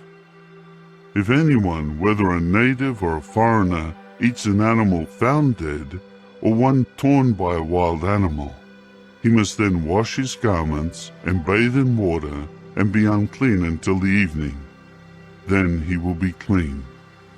But if he does not wash them and does not bathe himself, he will answer for his error. Chapter 18. Jehovah continued to speak to Moses, saying, Speak to the Israelites and say to them, I am Jehovah your God. You must not behave as they do in the land of Egypt, where you were dwelling, and you must not do what they do in the land of Canaan, where I am bringing you. And you must not walk in their statutes.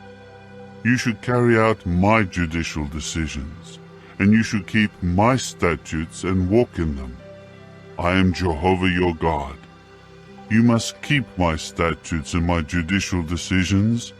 Anyone who does so will live by means of them. I am Jehovah. No man among you should approach any of his close relatives to have sexual relations. I am Jehovah. You must not have sexual relations with your father, and you must not have sexual relations with your mother. She is your mother, and you must not have sexual relations with her. You must not have sexual relations with your father's wife. It is exposing your father to shame. You must not have sexual relations with your sister, either the daughter of your father or the daughter of your mother, whether she is born in the same household or born outside of it.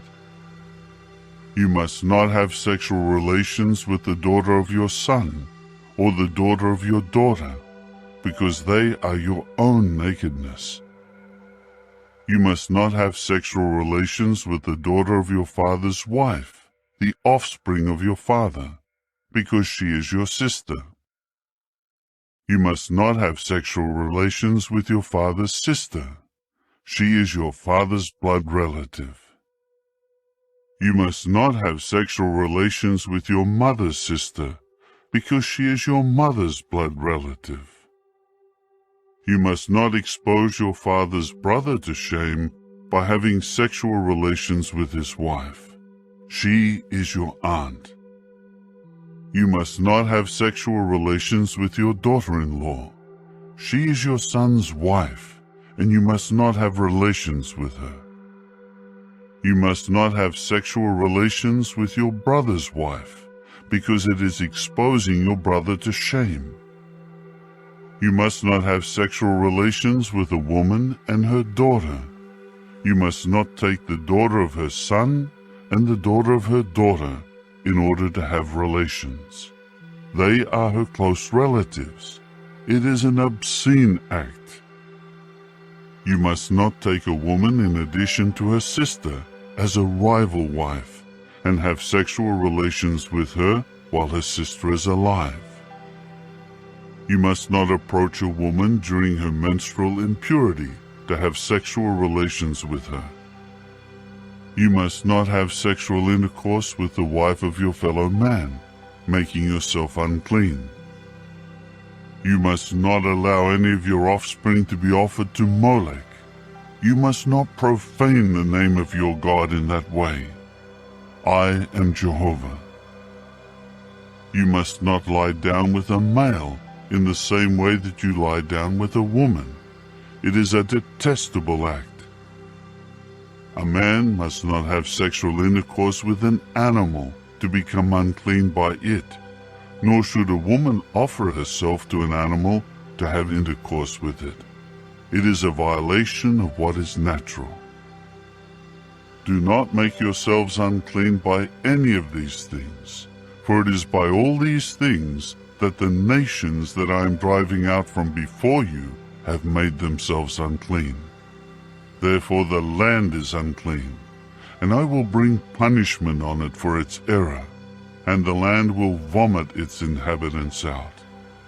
But you yourselves must keep my statutes and my judicial decisions, and you must not do any of these detestable things, whether a native or a foreigner who is residing among you. For all these detestable things were done by the men who lived in the land before you, and now the land is unclean. Then the land will not have to vomit you out for defiling it, in the same way that it will vomit out the nations that were before you. If anyone does any of these detestable things, all those doing them must be cut off from among their people. You must keep your obligation to me by not practicing any of the detestable customs that were carried on before you, so that you do not make yourselves unclean by them. I am Jehovah your God. Chapter 19. Jehovah spoke further to Moses, saying, Speak to the entire assembly of the Israelites, and tell them, You should be holy, because I, Jehovah your God, am holy. Each of you should respect his mother and his father, and you should keep my Sabbaths.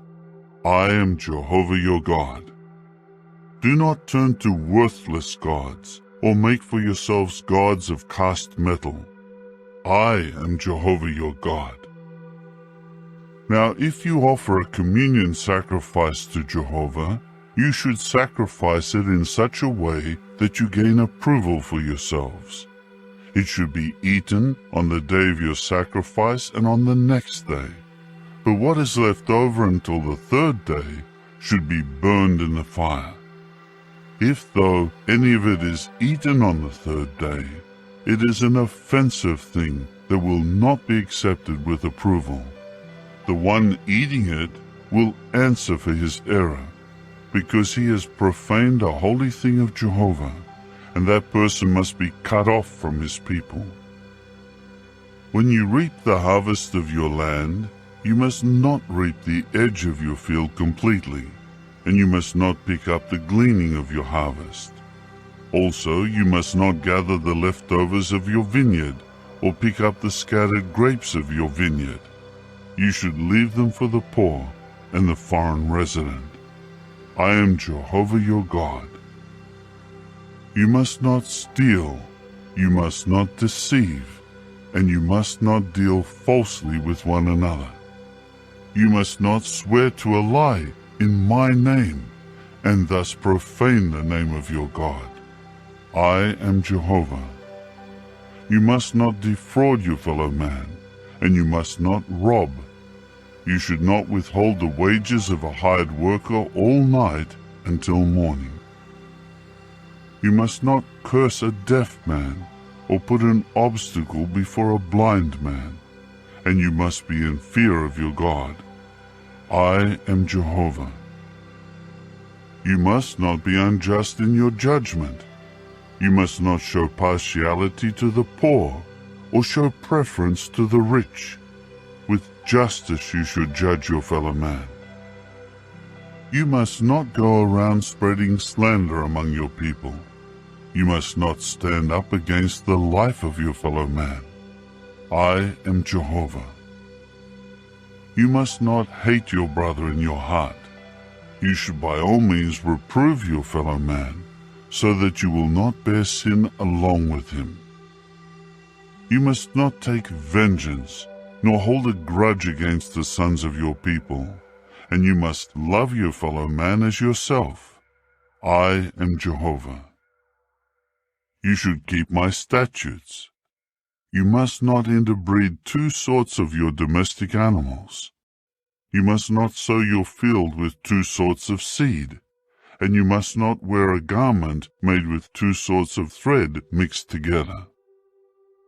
Now if a man lies down with a woman and has intercourse with her, and she is a servant who is designated for another man, but she has not been redeemed or given her freedom, there should be a punishment.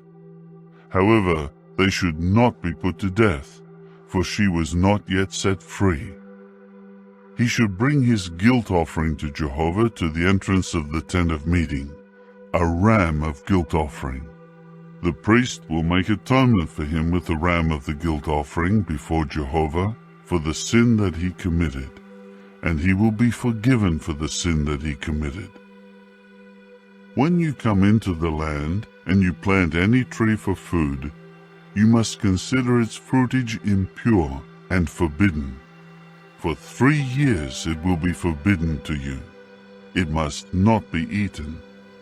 But in the 4th year, all its fruit will be holy for rejoicing before Jehovah. Then in the 5th year, you may eat its fruit in order to add its produce to your harvest. I am Jehovah your God. You must eat nothing containing blood. You must not look for omens or practice magic.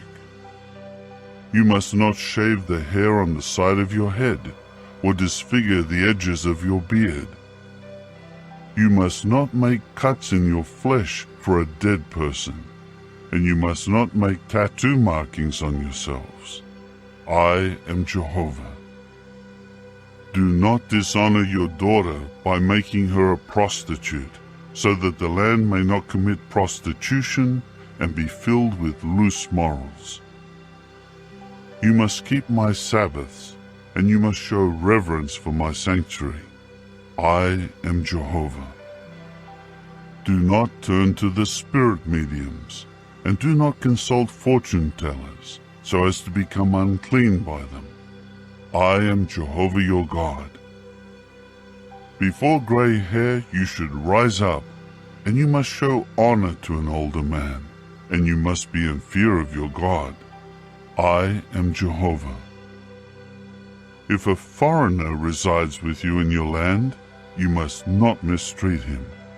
The foreigner who resides with you should become to you like a native among you, and you must love him as yourself, for you were foreign residents in the land of Egypt. I am Jehovah your God. You must not use dishonest standards in measuring length, weight, or volume. You should use accurate scales, accurate weights, an accurate dry measure, and an accurate liquid measure. I am Jehovah your God, who brought you out of the land of Egypt. So you must keep all my statutes and all my judicial decisions, and you must follow them. I am Jehovah. Chapter 20. Jehovah went on speaking to Moses, saying, You are to say to the Israelites, Any man of Israel and any foreigner who resides in Israel, who gives any of his offspring to Molech, should be put to death without fail. The people of the land should stone him to death. I myself will set my face against that man, and I will cut him off from among his people, because he has given some of his offspring to Molech, and has defiled my holy place, and has profaned my holy name. If the people of the land should deliberately close their eyes to what that man does when he gives his offspring to Molech, and they do not put him to death, then I myself will certainly set my face against that man and his family. I will cut off that man from his people, along with all who join him in prostituting themselves to Molech. As for the person who turns to the spirit mediums and the fortune tellers so as to commit spiritual prostitution with them, I will certainly turn against that person and cut him off from his people. You must sanctify yourselves and become holy, because I am Jehovah your God. and you must keep my statutes and carry them out. I am Jehovah who is sanctifying you. If there is any man who curses his father or his mother, he should be put to death without fail. Since he has cursed his father or his mother, his own blood is upon him. Now regarding a man who commits adultery with another man's wife, the one who commits adultery with the wife of his fellow man should be put to death without fail, the adulterer and the adulteress. A man who lies down with his father's wife has exposed his father to shame. Both of them should be put to death without fail. Their own blood is upon them. If a man lies down with his daughter-in-law, both of them should be put to death without fail. They have violated what is natural. Their own blood is upon them.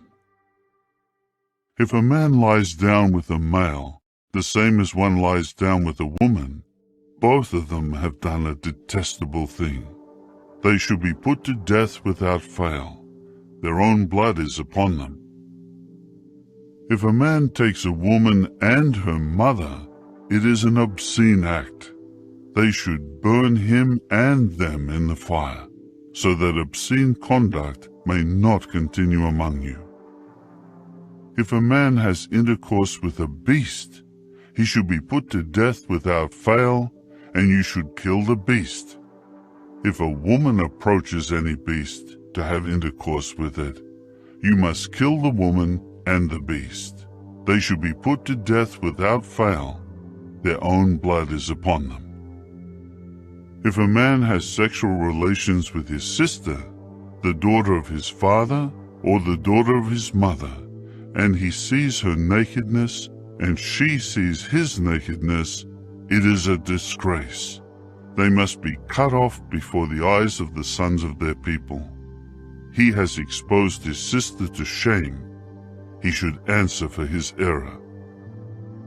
If a man lies down with a menstruating woman and has sexual relations with her, both he and she have exposed their flow of blood. Both of them must be cut off from among their people.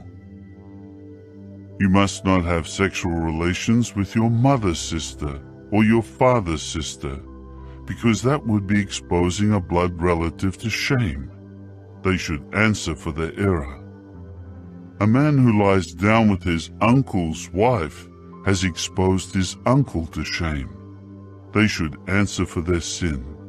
They should die childless. If a man takes his brother's wife, it is something abhorrent. He has exposed his brother to shame. They should become childless.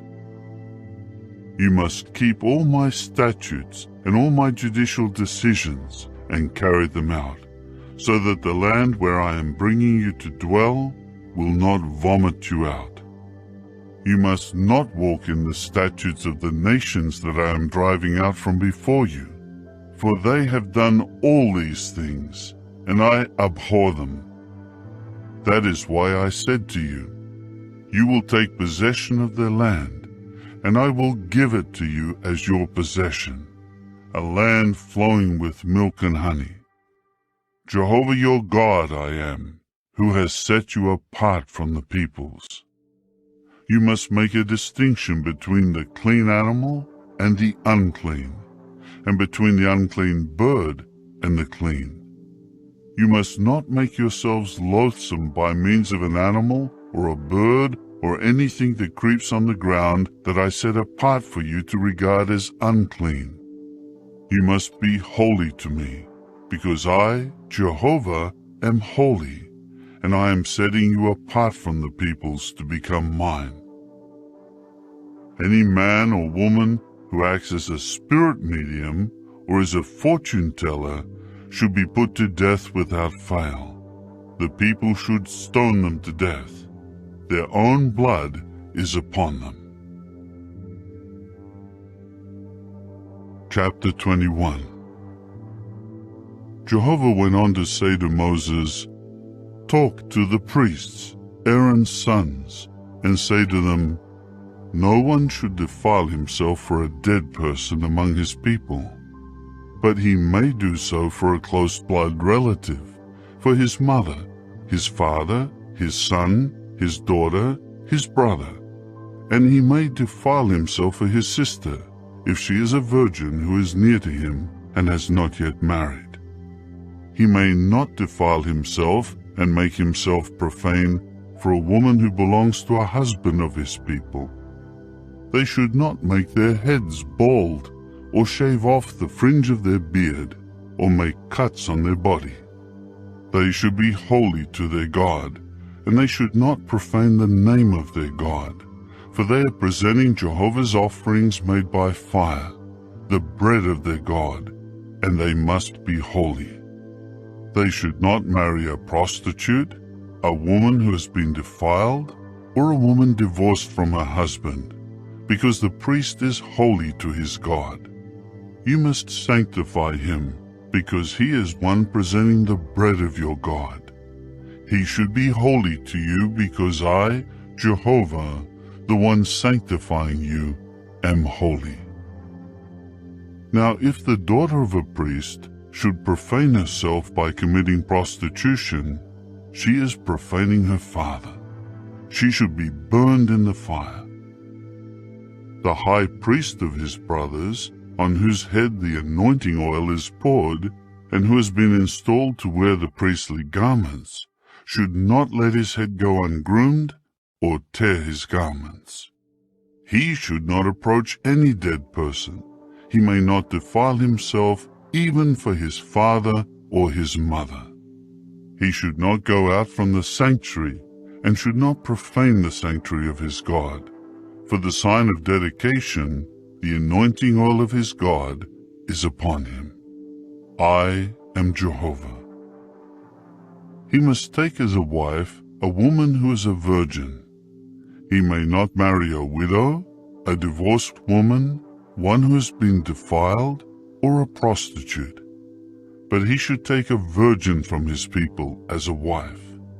He should not profane his offspring among his people, for I am Jehovah, who is sanctifying him.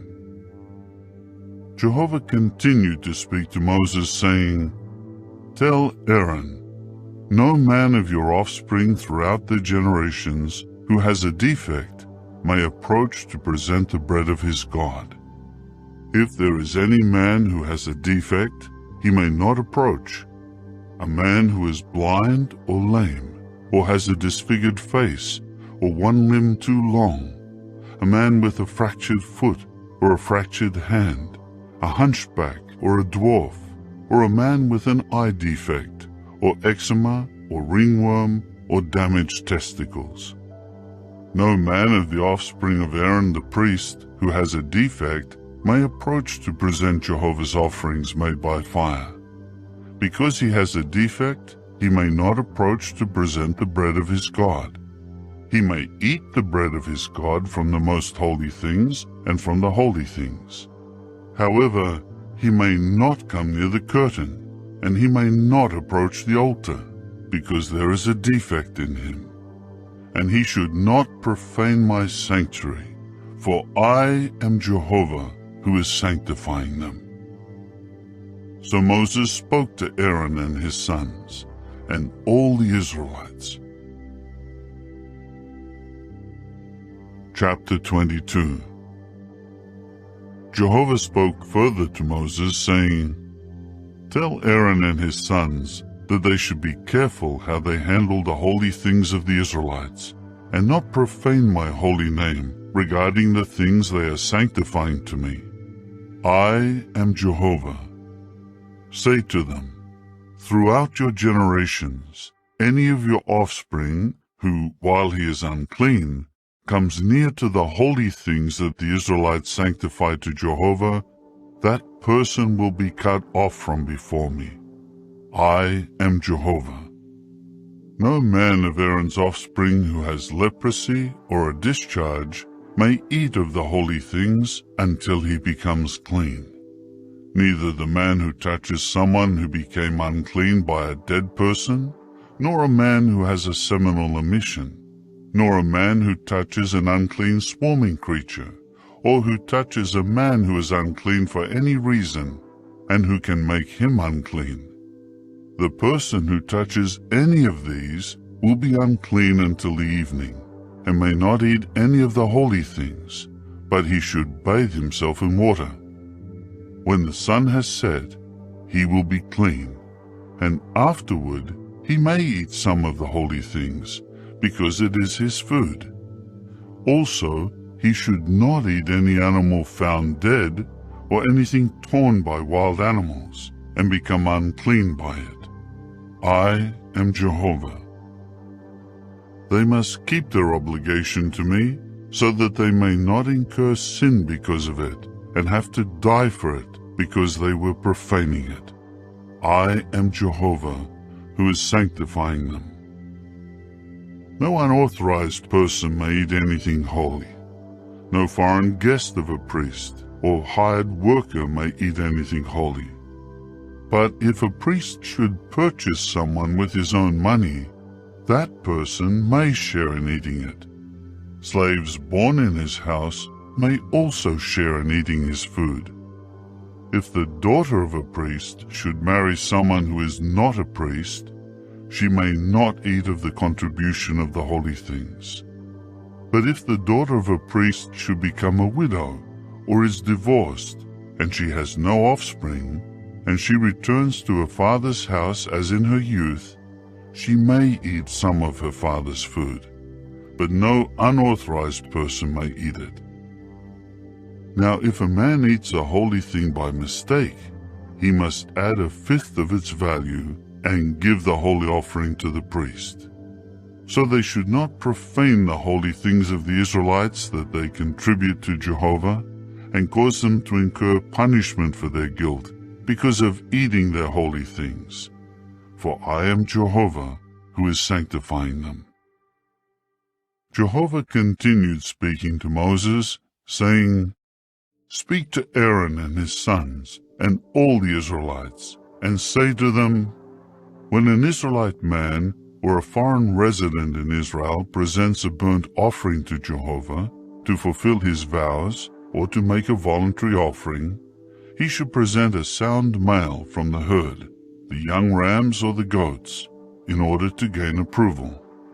You must not present anything with a defect, for it will not serve to gain approval for you.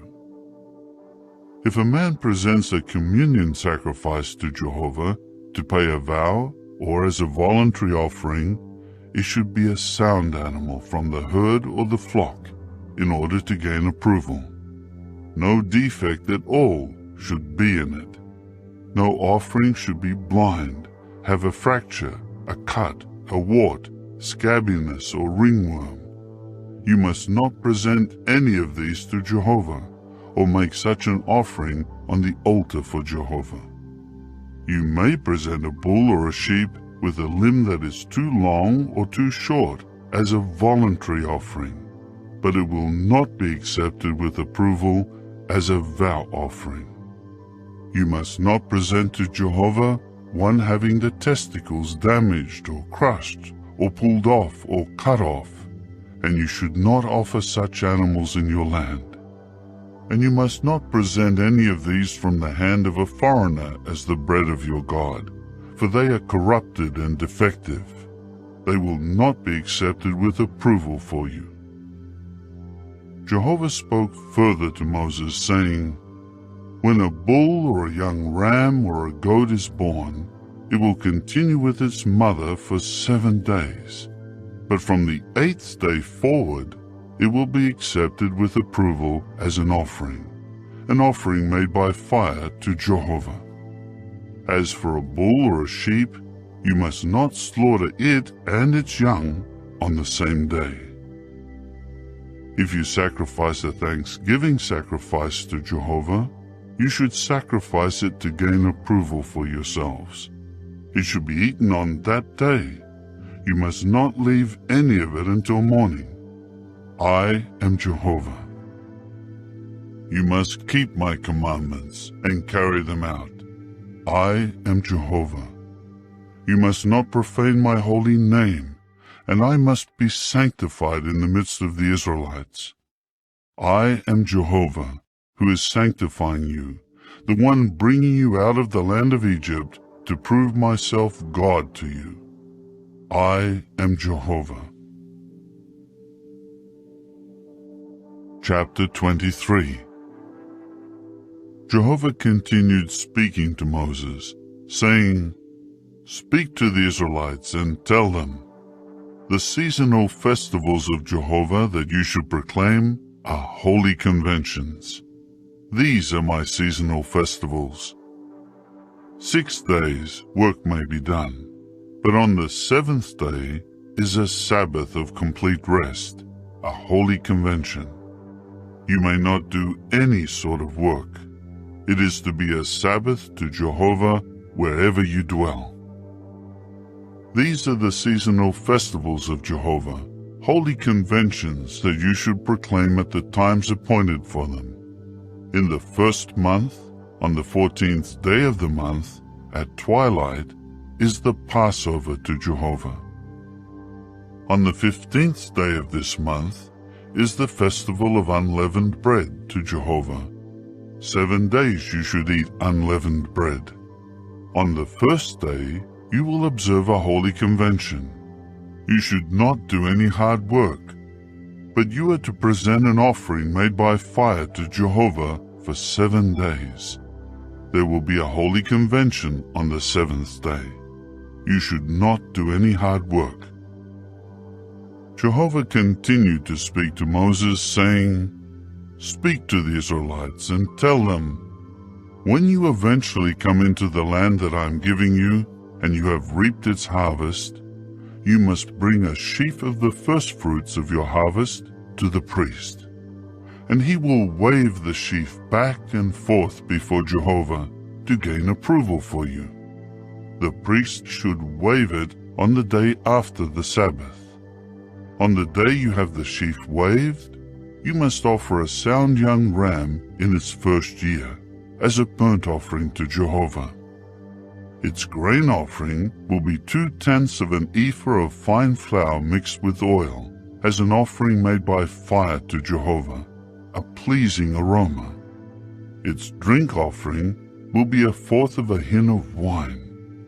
You must not eat any bread, roasted grain, or new grain until this day, until you bring the offering of your God. It is a lasting statute for all your generations wherever you dwell. You are to count 7 Sabbaths from the day after the Sabbath, from the day that you bring the sheaf of the wave offering. They should be complete weeks. You will count off 50 days until the day after the 7th Sabbath, and then you should present a new grain offering to Jehovah. You should bring from your dwelling places 2 loaves as a wave offering. These should be made of 2/10 of an ephah of fine flour. They should be baked with leaven as first ripe fruits to Jehovah. And you should present, along with the loaves, 7 sound male lambs, each a year old, and 1 young bull, and 2 rams. They will serve as a burnt offering to Jehovah, along with the corresponding grain offering and drink offerings, as an offering made by fire of a pleasing aroma to Jehovah. And you must offer 1 young goat as a sin offering, and 2 male lambs, each a year old, as a communion sacrifice. The priest will wave them back and forth, along with the loaves of the first ripe fruits, as a wave offering before Jehovah, together with the 2 male lambs. They should serve as something holy to Jehovah for the priest. On this day, you will make a proclamation for a holy convention for yourselves. You may not do any hard work. It is a lasting statute in all your dwelling places for all your generations. When you reap the harvest of your land, you must not reap the edge of your field completely, and you should not pick up what is left from your harvest. You should leave it for the poor and for the foreign resident. I am Jehovah your God. Jehovah went on speaking to Moses, saying, "Tell the Israelites, in the 7th month, on the 1st of the month, you should observe a complete rest, a memorial signaled by a trumpet blast, a holy convention. You may not do any hard work, and you will present an offering made by fire to Jehovah." Jehovah spoke further to Moses, saying, "However, on the 10th of this 7th month is the Day of Atonement. You should observe a holy convention, and you must afflict yourselves and present an offering made by fire to Jehovah. You are not to do any sort of work on this particular day, because it is a day of atonement, to make atonement for you before Jehovah your God. Anyone who will not afflict himself on this day will be cut off from his people, and I will destroy from among his people every person who does any sort of work on this day. You must not do any sort of work. It is a lasting statute for all your generations wherever you dwell. It is a Sabbath of complete rest for you, and you will afflict yourselves on the 9th of the month in the evening. You should observe your Sabbath from evening to evening." Jehovah continued speaking to Moses, saying, "Tell the Israelites, on the 15th day of this 7th month is the festival of booths for 7 days to Jehovah. There is to be a holy convention on the 1st day, and you should not do any hard work. 7 days you must present an offering made by fire to Jehovah. On the 8th day you should observe a holy convention, and you should present an offering made by fire to Jehovah. It is a solemn assembly. You may not do any hard work. These are the seasonal festivals of Jehovah that you should proclaim as holy conventions for presenting an offering made by fire to Jehovah: the burnt offering, and the grain offering of the sacrifice, and the drink offerings according to the daily schedule. These are in addition to what is offered on Jehovah's Sabbaths, and your gifts, your vow offerings, and your voluntary offerings, which you should give to Jehovah. However, on the 15th day of the 7th month, when you have gathered the produce of the land, you should celebrate the festival of Jehovah for 7 days. On the 1st day is a complete rest, and on the 8th day is a complete rest. On the 1st day, you will take the fruit of majestic trees, the fronds of palm trees, the branches of leafy trees and poplars of the valley, and you will rejoice before Jehovah your God for 7 days. You will celebrate it as a festival to Jehovah for 7 days in the year. As a lasting statute during all your generations, you should celebrate it in the 7th month. You should dwell in the booths for 7 days. All the natives in Israel should dwell in the booths, so that your future generations may know that it was in the booths that I made the Israelites dwell when I was bringing them out of the land of Egypt. I am Jehovah your God." So Moses spoke of the seasonal festivals of Jehovah to the Israelites.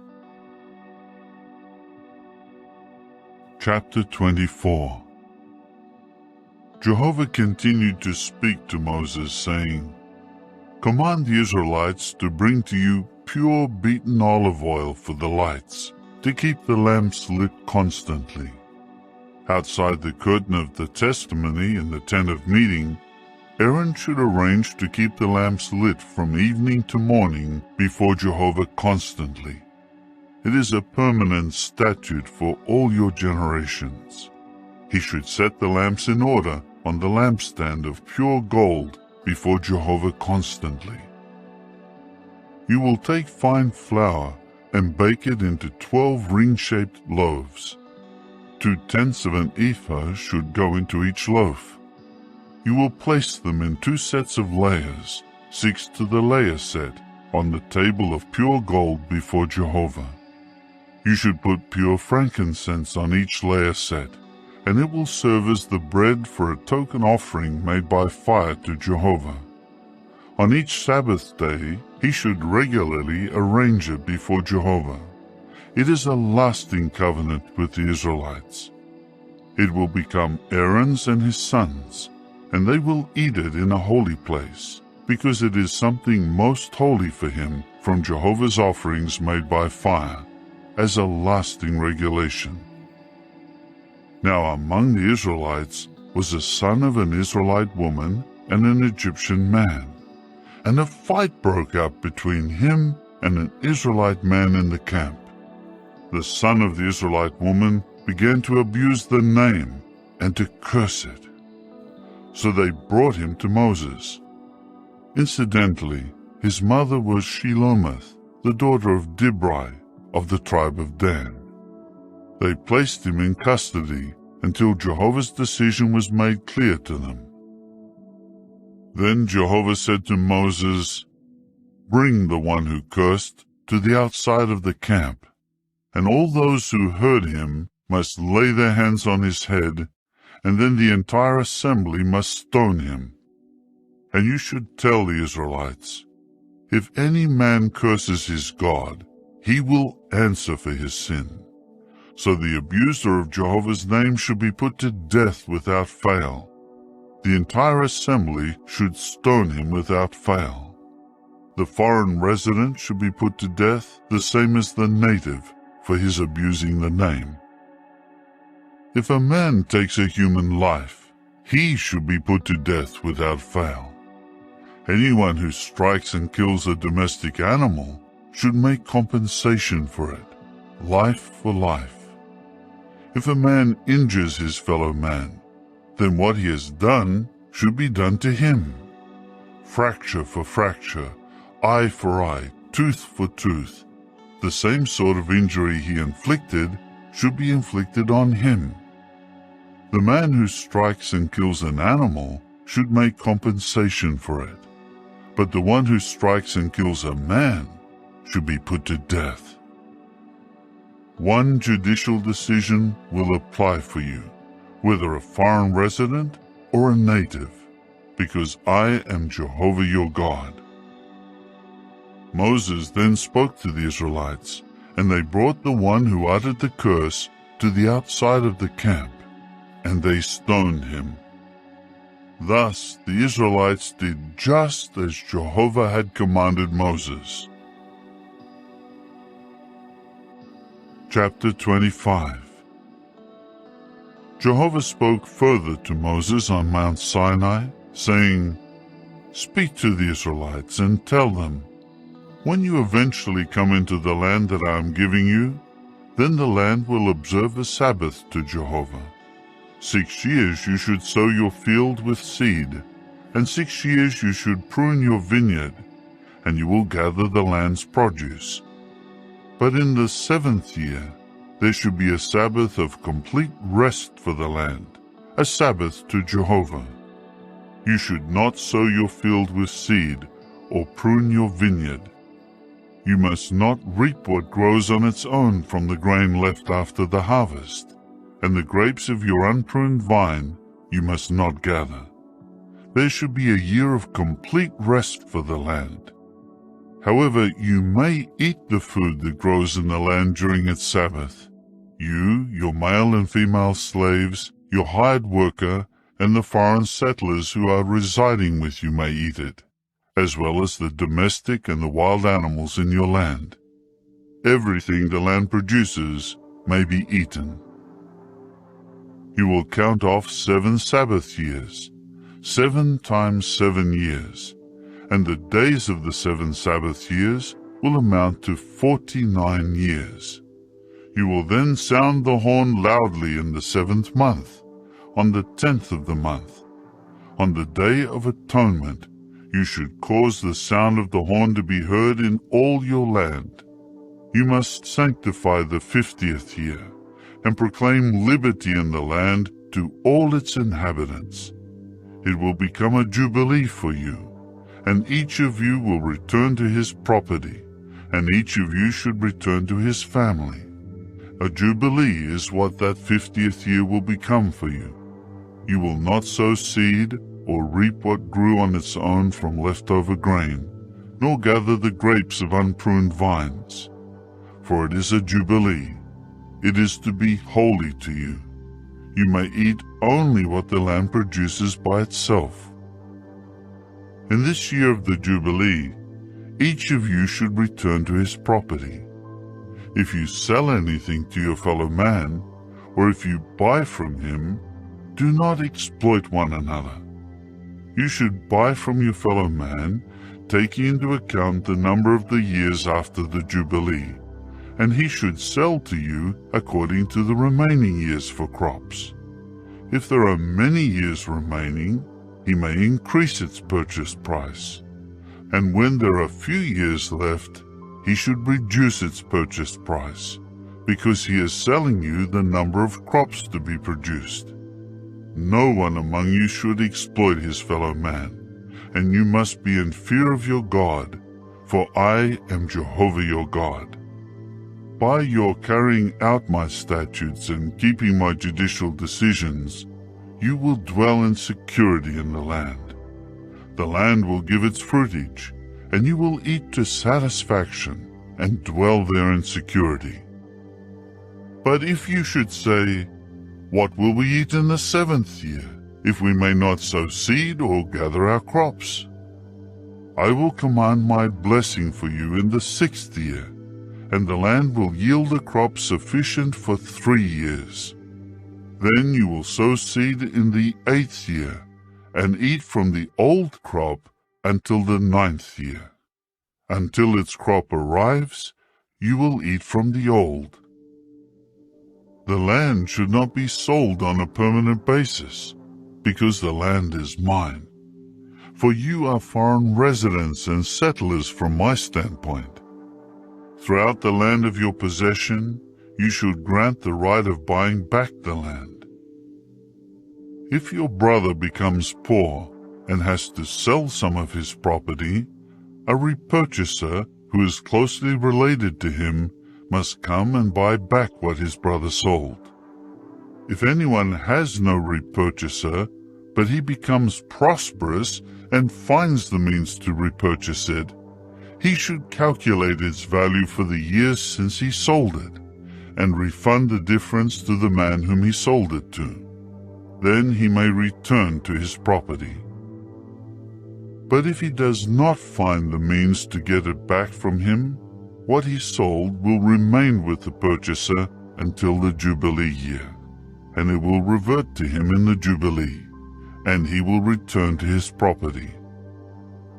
Now, if a man should sell a home in a walled city, his right of repurchase will also continue until the end of the year from the time of his completing the sale.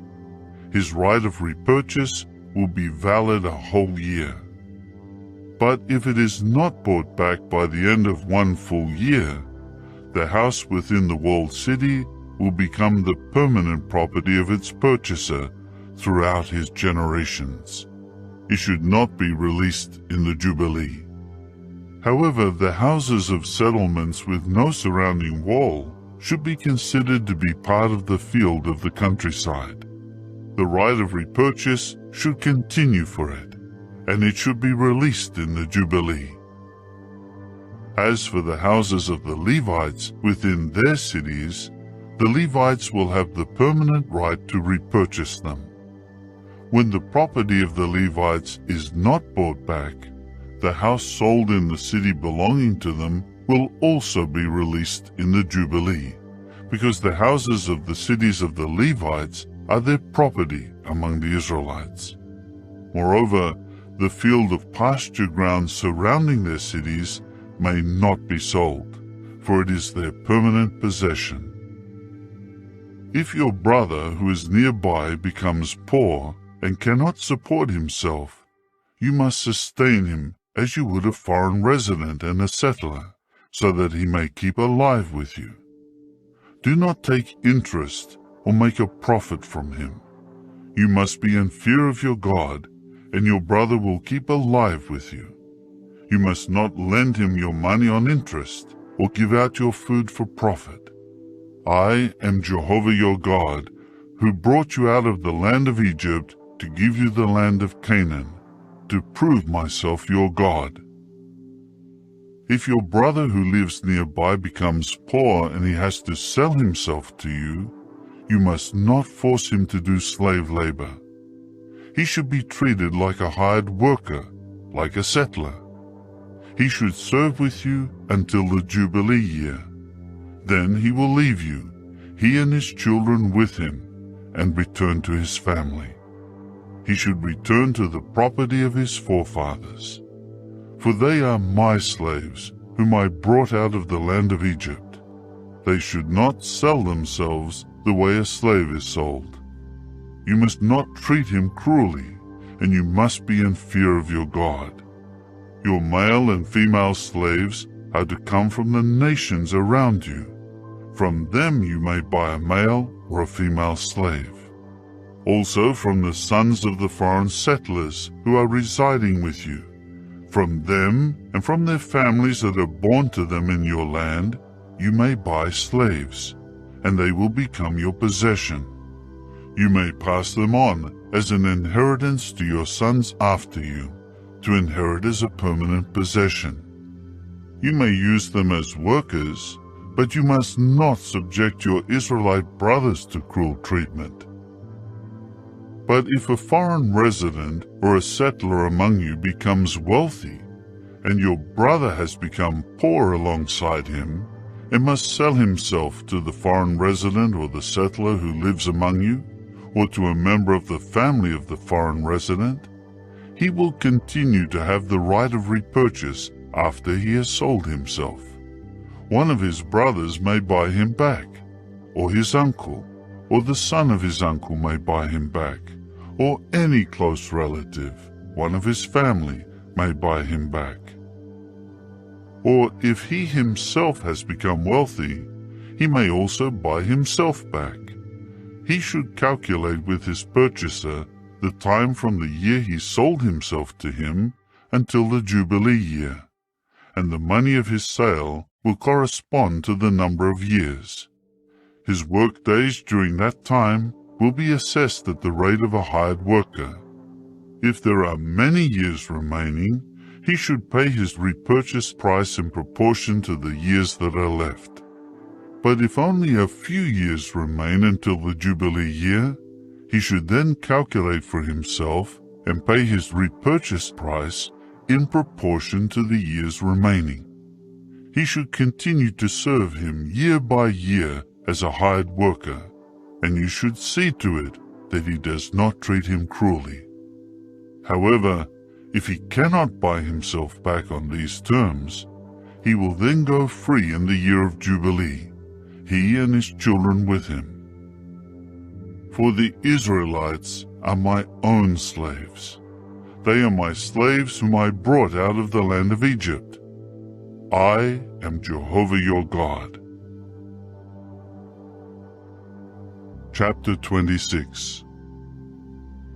You must not make worthless gods for yourselves, and you must not set up a carved image or a sacred pillar for yourselves, and you must not put a stone figure in your land in order to bow down toward it, for I am Jehovah your God. You should keep my Sabbaths and show reverence for my sanctuary. I am Jehovah. If you continue walking in my statutes and keeping my commandments, and you carry them out, I will give you showers of rain at their proper time, and the land will yield its produce, and the trees of the field will give their fruit. Your threshing season will extend until your grape harvest, and the grape harvest will extend until the sowing season. And you will eat your bread to satisfaction, and dwell in security in your land.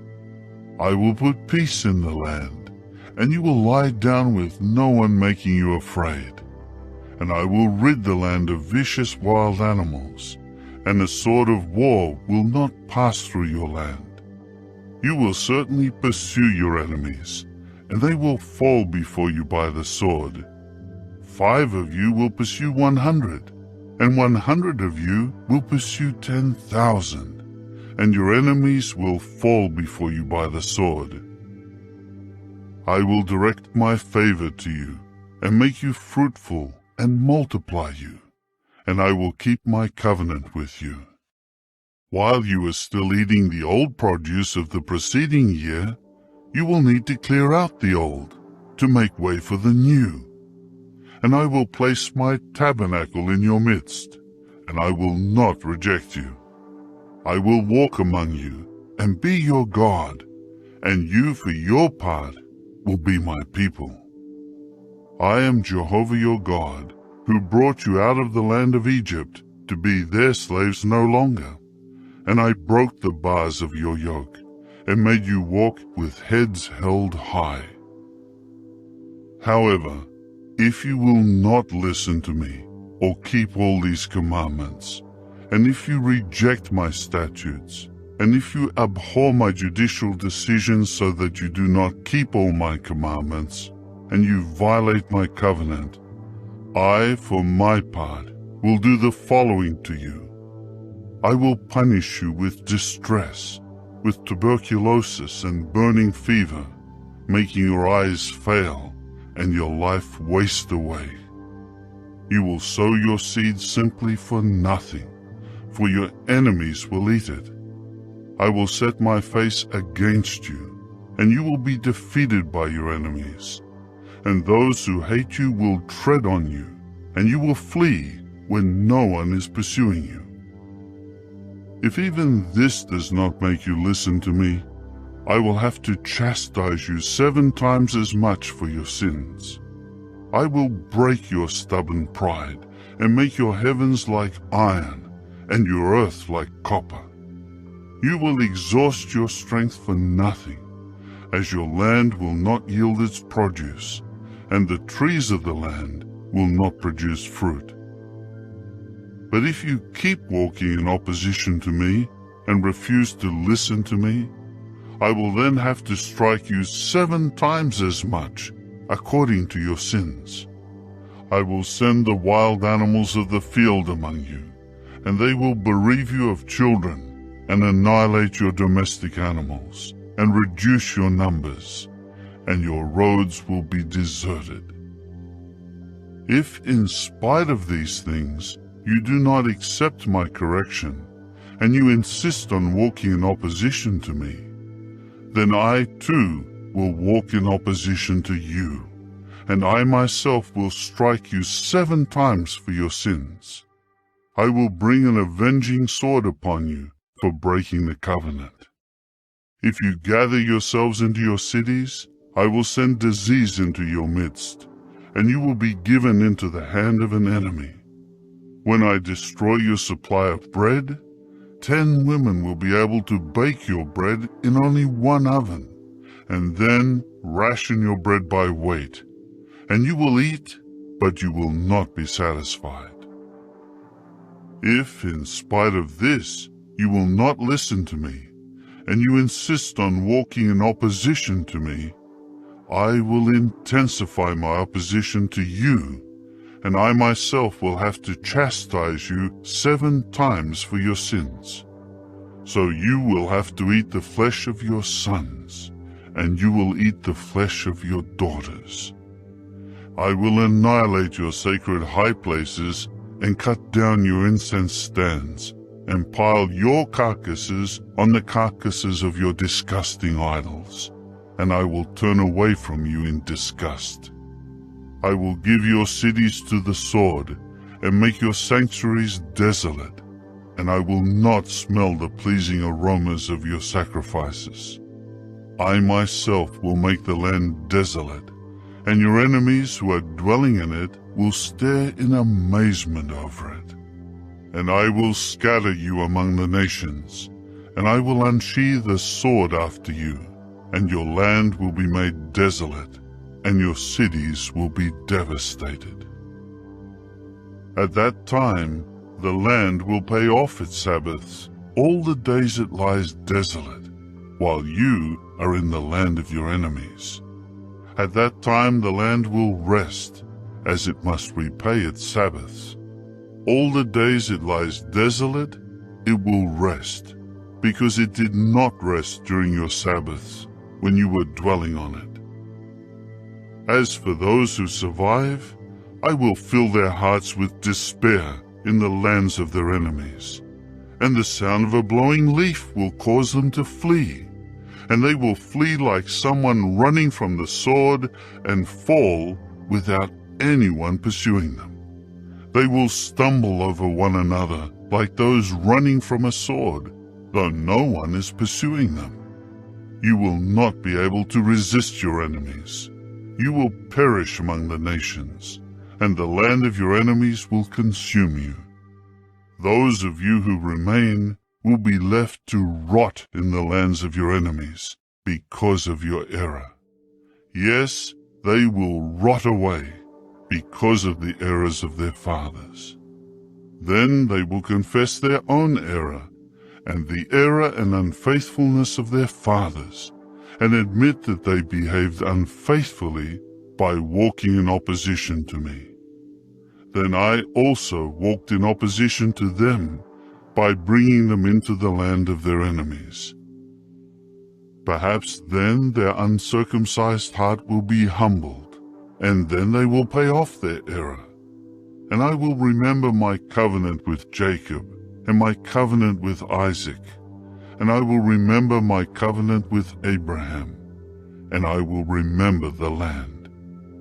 While the land was abandoned by them, it was paying off its Sabbaths and lying desolate without them, and they were paying for their error, because they rejected my judicial decisions and they abhorred my statutes.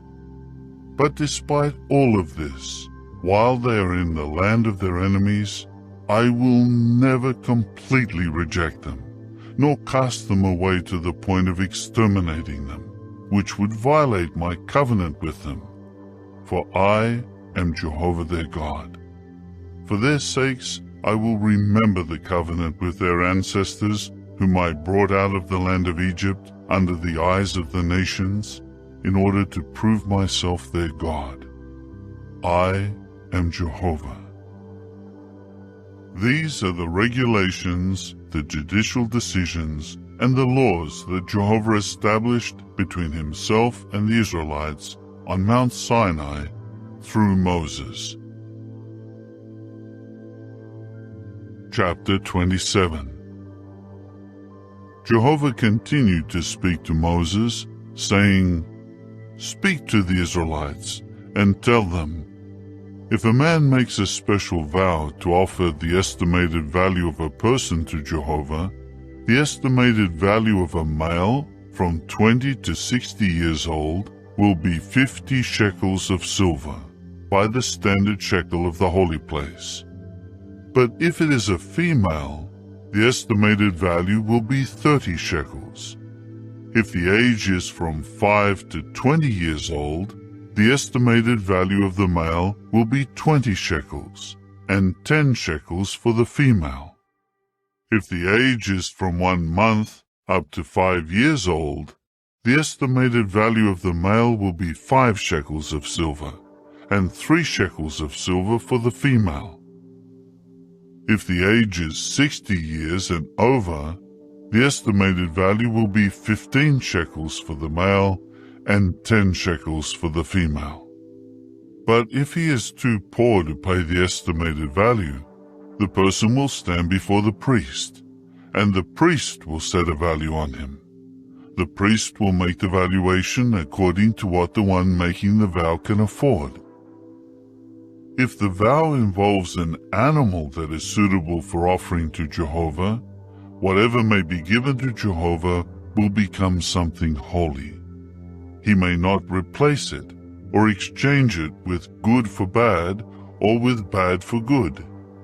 But if he should exchange it with one animal for another animal, the original and what is exchanged for it will both become holy. If it is an unclean animal that may not be presented as an offering to Jehovah, he will then stand the animal before the priest. The priest will then set its value as to whether it is good or bad. the value estimated by the priest will stand. But if he ever wants to buy it back, he must then give a fifth of it in addition to the estimated value. Now, if a man should sanctify his house as something holy to Jehovah, the priest will then set its value, whether it is good or bad. According to the value that the priest sets, that is what it will cost. But if the one who sanctifies his house wants to buy it back, he must then give a fifth of the money of the estimated value in addition to it, and it will become his.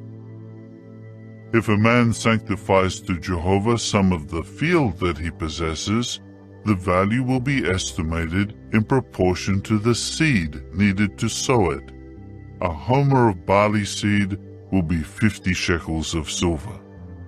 If he sanctifies his field from the year of Jubilee, the estimated value stands.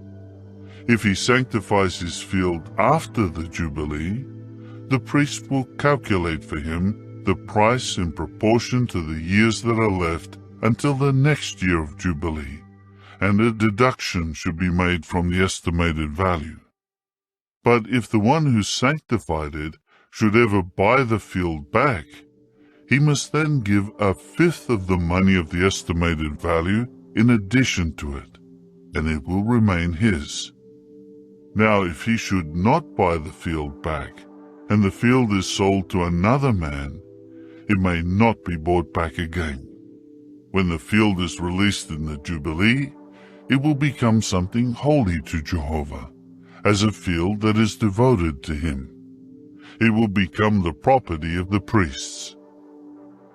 If a man sanctifies to Jehovah a field he purchased that is not part of his hereditary property, the priest will calculate for him the amount of the valuation up until the year of Jubilee, and he will give the estimated value on that day.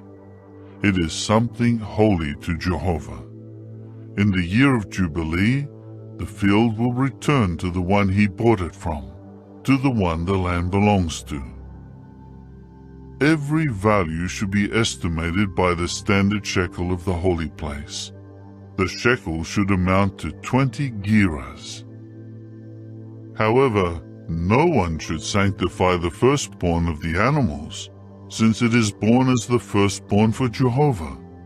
Whether bull or sheep, it already belongs to Jehovah. If it is among the unclean animals, and he redeems it according to the estimated value, he should give a fifth of it in addition to it. But if it is not bought back, it will be sold according to the estimated value. But no devoted thing that a man devotes unconditionally to Jehovah from his belongings may be sold or bought back, whether from mankind or animals or the field he possesses.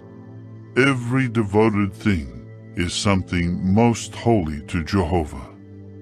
Furthermore, no condemned person who is set apart for destruction may be redeemed. He should be put to death without fail. Every 10th part of the land, whether from the produce of the field or the fruit of the trees, belongs to Jehovah. It is something holy to Jehovah. If a man ever wants to buy any of his 10th part back, he should give a fifth of it in addition to it. As for every 10th part of the herd and flock, everything that passes under the shepherd's staff, the 10th animal should become something holy to Jehovah. He should not examine whether it is good or bad, neither should he exchange it. But if he would ever try to exchange it, both the original and what is exchanged for it should become something holy. It may not be bought back. These are the commandments that Jehovah gave to Moses for the Israelites on Mount Sinai.